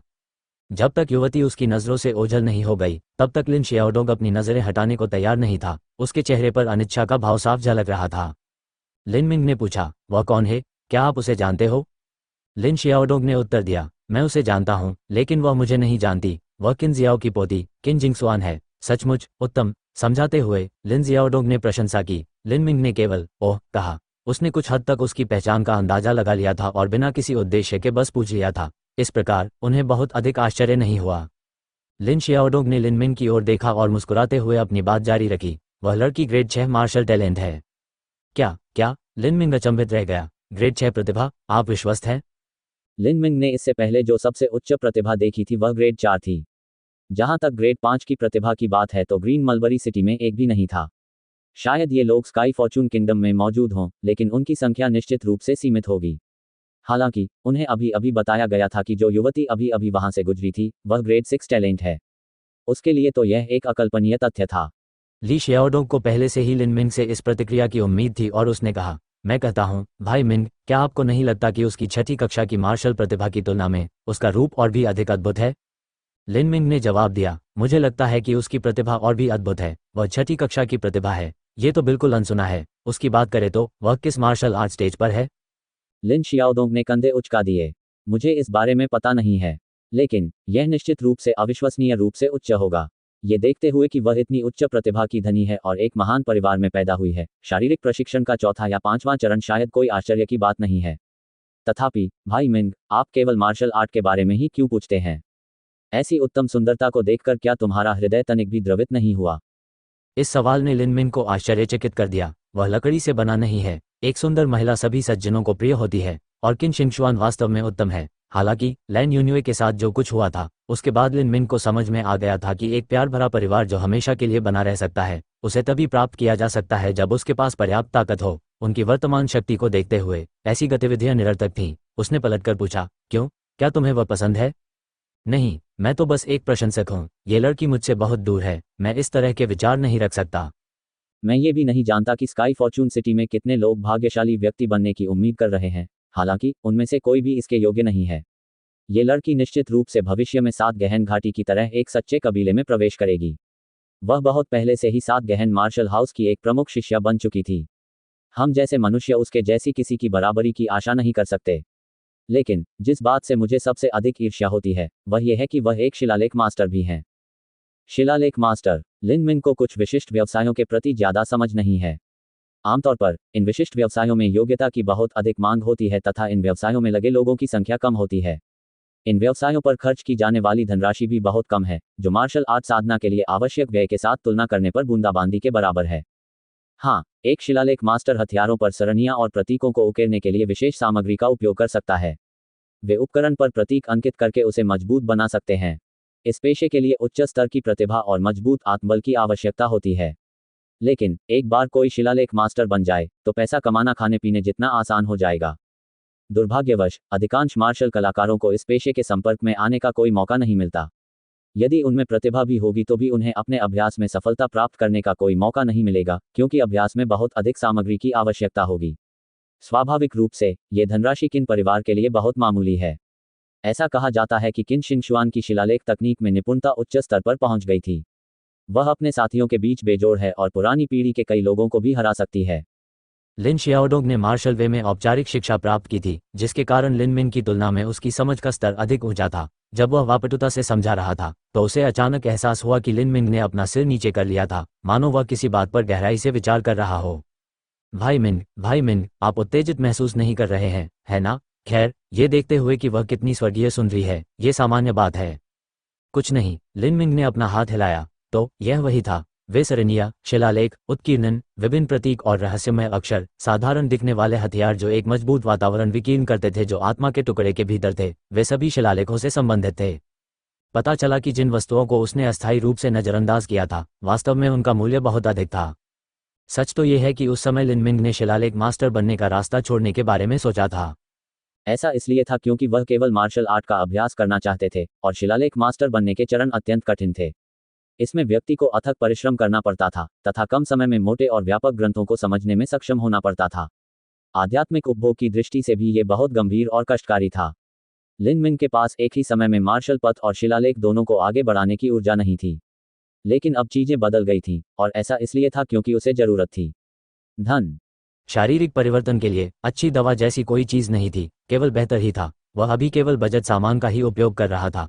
दुनिया में ऐसी औषधियां थीं जो सीधे साधना के स्तर को बढ़ाने में सक्षम थीं और यहां तक कि बाधाओं को तोड़ने में भी सहायता करती थीं। इस प्रकार की दवा की कीमत निश्चित रूप से बहुत अधिक थी। इतना ही नहीं, हथियार, कवच, युद्ध कौशल, इन सभी के लिए धन की आवश्यकता थी। लिन मिंग के लिए उसके द्वारा जीता गया 1000 टन सोना केवल एक छोटी राशि थी। यह उसे पल्स कंडेंसेशन पीरियड में प्रवेश करने में मदद करने के लिए अपर्याप्त था। यदि वह पैसा कमाना चाहता था तो उसे शिलालेख मास्टर बनना होगा। लिन मिंग ने तुरंत एक कमरा किराए पर लेने का फैसला किया और आत्मा के टुकड़े से बची यादों को जोड़ना शुरू कर दिया। ये स्मृतियां उस छोटे से आत्मा के टुकड़े का बड़ा हिस्सा थीं और वे बहुत अस्पष्ट और समझने में कठिन भी थीं। लिन मिंग को इस विलय में कई घंटे लगे। लिन शियाओदोंग को व्यापार मेले में घूमने के लिए अकेला छोड़ दिया गया। ये कल्पना करना कठिन था कि उसका मित्र अप्रत्याशित रूप से खेती करने के लिए इतनी दूर चला आया था। ये समर्पण कम से कम प्रशंसा और समर्थन योग्य था। वह सचमुच एक मार्शल पागल था। दोपहर में लिन मिंग ने आखिरकार अपनी आंखें खोलीं। यद्यपि उसके सिर में भयंकर दर्द था, फिर भी उसके चेहरे पर शैतानी मुस्कान थी। उसकी आंखें खुशी के जंगली रंग से चमक रही थीं। देवताओं के राज्य से उत्पन्न शिलालेख तकनीकें अत्यंत उत्कृष्ट एवं अत्यंत गहन थीं। वे ऐसी चीज नहीं थी जिसकी तुलना निम्न स्तर के लोग करने की हिम्मत भी कर सकें। आत्मा के टुकड़े के भीतर पाई गई शिलालेख तकनीक अप्रत्याशित रूप से अद्भुत थी। वे उपकरणों का स्तर बढ़ा सकते हैं, वे दवाओं की ताकत भी बढ़ा सकते हैं। साधना की गति बढ़ाने के लिए शरीर पर भी उत्कीर्णन किया जा सकता है। ये देवताओं के राज्य के अनेक आयामों में अनगिनत सहस्राब्दियों के ज्ञान का योग था। और ये तो केवल एक छोटा सा टुकड़ा था। निचले स्तरों में संभवतः कुछ ऐसी ही तकनीकें रही होंगी, ले प्राचीन संप्रदायों के विनाश या अन्य ऐसे कारणों से समय के साथ उनमें से अधिकांश निस्संदेह लुप्त हो गईं। स्काई स्पिल महाद्वीप की उत्कीर्णन शिलालेख तकनीक केवल उपकरणों के स्तर को बढ़ा सकती है। इसके अलावा ये केवल एक छोटी राशि से ही ऐसा कर सकती है। देवताओं की तकनीकों के क्षेत्र के साथ इसकी तुलना करना वास्तव में स्वर्ग और पृथ्वी की तुलना करने के समान था। लिन मिंग खड़ा हो गया। अचानक उसके ऊपर मतली की लहर छा गई। उसके मस्तिष्क के कोने से भारी मात्रा में जानकारी उभरकर सामने आई। ये एक ऐसा दर्द था जो एक निश्चित गुण के साथ आया था। उन्होंने आत्मा के साथ जुड़ने में 3 घंटे बिताए थे और अभी तक केवल आधी जानकारी ही ग्रहण कर पाए थे। लेकिन उसके दिमाग में पहले से ही एक स्पष्ट योजना थी। सबसे पहले वह सामग्री खरीदता और फिर शुरुआत से ही अभ्यास शुरू करता। विशेष रूप से वह दवाओं और अन्य मिश्रित औषधियों की प्रभावकारिता बढ़ाने के साथ साथ शरीर उत्कीर्णन विधि पर भी ध्यान केंद्रित करेंगे। लिन मिंग अनंत संभावनाओं से बहुत खुश था। ये जानना जरूरी था कि इस दुनिया में कुछ ऐसी गोलियां, औषधियां और जड़ी बूटियां मौजूद हैं जो अत्यंत दुर्लभ और कीमती हैं। यदि आपके पास थोड़ा भी पैसा हो तो भी आप उनकी तरह दवाइयां नहीं खरीद पाएंगे। यदि औषधियों के लिए उत्कीर्ण अभिलेखों का प्रयोग किया जाए तो एक असंभव दुर्लभ औषधि की शक्ति 2 हो सकती है। ये कैसी हास्यास्पद अवधारणा थी। जहां तक शारीरिक उत्कीर्णन शिलालेख का प्रश्न है, अभ्यास की गति बढ़ाने के बारे में कुछ कहने की आवश्यकता नहीं थी। यह अपनी प्रतिभा को बढ़ाने के बराबर था। ये सचमुच स्वर्ग को चुनौती देने वाली तकनीक थी। हालांकि उन कीमती सामग्रियों के बारे में सोचते हुए जिन्हें उसे खरीदना होगा, लिन मिंग ने हाल की घटनाओं को याद करते हुए एक मजबूरी भरी मुस्कुराहट दी। वह 800 से अधिक टेल सोना प्राप्त करने में सफल रहा था, उसे इसे बुद्धिमानी से खर्च करना होगा। आकाश वायु घास का रस, तीसरे नंबर के उजाड़ जानवरों का खून, लंबी पूंछ वाले सिकाडा का मोल्ट, बर्फ से बंधा झींगा। लिंग मिंग ने इन सामग्रियों को उन्माद में खरीदा। वह केवल कुछ ही ऐसे नाम ढूंढ पाया जो उसके मन में चल रहे विचारों से मेल खाते थे। संभवतः उन्हें याद आया कि अधिकांश सामग्रियां देवताओं के राज्य से थीं। यदि ऐसा है तो स्काई स्पिल महाद्वीप में भी, स्काई फॉर्चून किंगडम में तो और भी अधिक। यह संभव है कि ये सामग्रियां अस्तित्व में नहीं थीं। चाहे अच्छा हो या बुरा, लिन मिंग ने शिलालेख पर पूरा ध्यान दिया था। उन्होंने कई प्रतीक पत्र खरीदे और अपनी शिलालेख तकनीक का अभ्यास करने के लिए वापस चले गए। ये वास्तव में धन जलाने वाला क्षेत्र था। वह इन शिलालेखों को उत्कीर्ण करने और कुछ बेचने में अवश्य सफल होगा, अन्यथा उसके पास कोई अनुवर्ती धनराशि नहीं होगी। जब लिन मिंग यह गणना कर रहा था, तभी लिन शियाओदोंग व्यापार मेले से वापस आ गया। लिन माइंड के सामने सामग्री का विशाल ढेर देखकर उसकी आंखें चौड़ी हो गईं। पागल, तूने क्या किया है? लिन मिंग को समझ नहीं आया कि क्या कहना है, इसलिए उसने केवल सच्चाई से उत्तर दिया, मैं उत्कीर्णन शिलालेख तकनीकों का अध्ययन कर रहा हूं। अध्ययन? कौन सा अध्ययन? लिन शियाओदोंग ने फुसफुसाते हुए पूछा। उसकी आंखें अंडे के आकार की हो गईं। उसे अपने कानों पर विश्वास करने की हिम्मत ही नहीं हुई। उत्कीर्णन शिलालेख तकनीकों का अध्ययन करना? लिन मिंग ने फिर जवाब दिया। आप ई उत्कीर्णन शिलालेख तकनीकों का अध्ययन कर रहे हैं? पवित्र शट भाई, मेरे अपने भाई, क्या आज सुबह तुम मूर्ख बन गए? 1000 से भी कम टेल सोने के साथ आप शिलालेख तकनीक का अध्ययन करना चाहते हैं? और आपको शिक्षक कहाँ मिलेगा? मैंने एक दुर्लभ और बहुमूल्य पुस्तक खरीदी। लिन मिंग ने मेज की ओर इशारा किया। मोटे अक्षरों को पढ़ते हुए लिन शियाओदोंग की आंखें फिर से उभर आईं। शिलालेख तकनीक, शिलालेख के मार्ग पर शुरुआत करना। लिन मिंग ने यह पुस्तक मुख्य रूप से स्काई स्पिल कॉन्टिनेंट की शिलालेख तकनीकों को समझने तथा उन्हें आत्मा के टुकड़े से प्राप्त तकनीकों से अलग करने के लिए खरीदी थी। जैसे ही लिन शियाओदोंग ने इस नकल, शिलालेख तकनीक, शिलालेख के मार्ग पर शुरुआत को देखा तो उसे लगभग खून की उल्टी आ गई। वह अवाक रह गया। उसे तुरंत लिन मिंग के सामने शिलालेख स्वामी की महानता के बारे में शेखी बघारने पर पछतावा होने लगा। यह अफसोस दिल दहला देने वाला था। वह फिर से सामग्री की ओर मुड़ा और लिन शियाओदोंग को लगा कि उसके दिल में फिर से खून बह रहा है। हालांकि वह जानना नहीं चाहता था, फिर भी उसने लिन मिंग की ओर देखा और पूछा, यह आपने इन सामग्रियों पर कितना खर्च किया? लिन मिंग ने असहाय होकर उत्तर दिया, लगभग 70 टैल सोना। लिन शियाओदोंग ने आह भरी। वह 70 टैल सोना स्वीकार कर सकता था, लेकिन उसकी आवाज के स्वर से पता चल रहा था कि लिन मिंग ने अभी बात खत्म नहीं की थी। निम्नलिखित शब्दों ने उसे निराशा के आवेश में लगभग गिरा दिया। मेरे पास 70 टैल शेष हैं। इस बिंदु पर लिन शियाओदोंग की दुनिया काली हो गई और वह फिसलकर फर्श पर गिर गया। कौमा कौमा कौमा कौमा ये युवा और सुंदर स्वामी। ये एक बहुत अच्छा शिलालेख प्रतीक पत्र है। ये प्रसिद्ध मास्टर बाईहों का उत्पाद है। यदि आप इसका उपयोग किसी खजाने पर करते हैं तो ताकत और प्रतिष्ठा कम से कम 20% बढ़ जाती है। व्यापार मेले के लेन देन हॉल में औपचारिक कपड़े पहने एक व्यक्ति ने मुस्कुराते हुए बड़े कुलीन परिवारों के कुछ कनिष्ठों को सामान से परिचित कराया। शिलालेख तैयार हो जाने के बाद उसे प्रतीक पत्र पर रखा गया और उसका प्रयोग किया जा सका। वांछित उपकरण को चिन्हित करने के लिए केवल आदेश बोलना होता था। यह अत्यंत सुविधाजनक था। ये लेन देन हॉल ऐसी जगह नहीं थी जहां कोई आराम से टहल सकता था, इसके लिए 50 स्वर्ण टैल का प्रवेश शुल्क देना पड़ता था। औसत मार्शल कलाकार के लिए ये कोई छोटी संख्या नहीं थी। यह उनके लिए आधे महीने के लिए औषधीय जड़ी बूटियां खरीदने के लिए पर्याप्त था। लिन मिंग ने शुल्क का भुगतान किया और प्रवेश किया। इस समय उनकी कुल संपत्ति 75 टैल सोना थी। वह अत्यंत सावधानी के साथ लेन देन कक्ष में दाखिल हुआ। यदि वह गलती से किसी बोतल या बर्तन से टकरा जाए तो भले ही वह अपना शरीर किसी बूढ़ी कुलीन महिला को बेच दे, लेकिन वह उसका खर्च नहीं उठा पाएगा। लिन मिंग यह देखना चाहता था कि शिलालेख स्वामी कैसे पैसा कमाते हैं, लेकिन यह वह मंजिल थी जहां शिलालेख उत्पाद बेचे जाते थे, इसलिए वह केवल यहां आने के लिए ही पैसा खर्च कर सकता था। यह मास्टर बाईहों का काम है, एक युवा रईस ने आगे बढ़ते हुए पूछा। वह स्पष्टतः इस महान कलाकार के कार्य की प्रसिद्धि से आकर्षित थे। क्या आपके पास कोई सबूत है, क्लर्क? निश्चित रूप से युवा मास्टर, हमारे पास सबूत है कि मास्टर बाईहों के अपने गुरु भी इसे स्वीकार करेंगे। युवा मालिक, निश्चिंत रहें कि इस व्यापारिक हॉल में मौजूद सामान का भविष्य ज्ञात है। यदि नहीं तो हम 10 गुना कीमत पर मुआवजा देंगे। हम कितना सोना? 1500 स्वर्ण टैल। यदि आपके पास वीआईपी कार्ड है तो हम 10% छूट भी दे सकते हैं। मैं सोचता हूं कि, युवा रईस ने एक पल के लिए इस पर विचार किया। भले ही वह स्पष्टतः धनी था, फिर भी 1500 स्वर्ण ताल्स कोई छोटी रकम नहीं थी। ये कीमत सुनकर भले ही लिन मिंग तैयार था, फिर भी वह चौंक गया।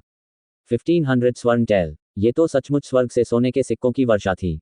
लेकिन चूंकि वह स्वयं ही शिलालेख तकनीक सीख रहा था, इसलिए इतनी जल्दी लाभ कमाना कठिन होगा। इस सुनहरी बारिश के बारे में सोचकर लिन मिंग उत्साहित हो गया। वह पहले से ही शिलालेख तकनीक सीखने के लिए अधीरता से भरा हुआ था।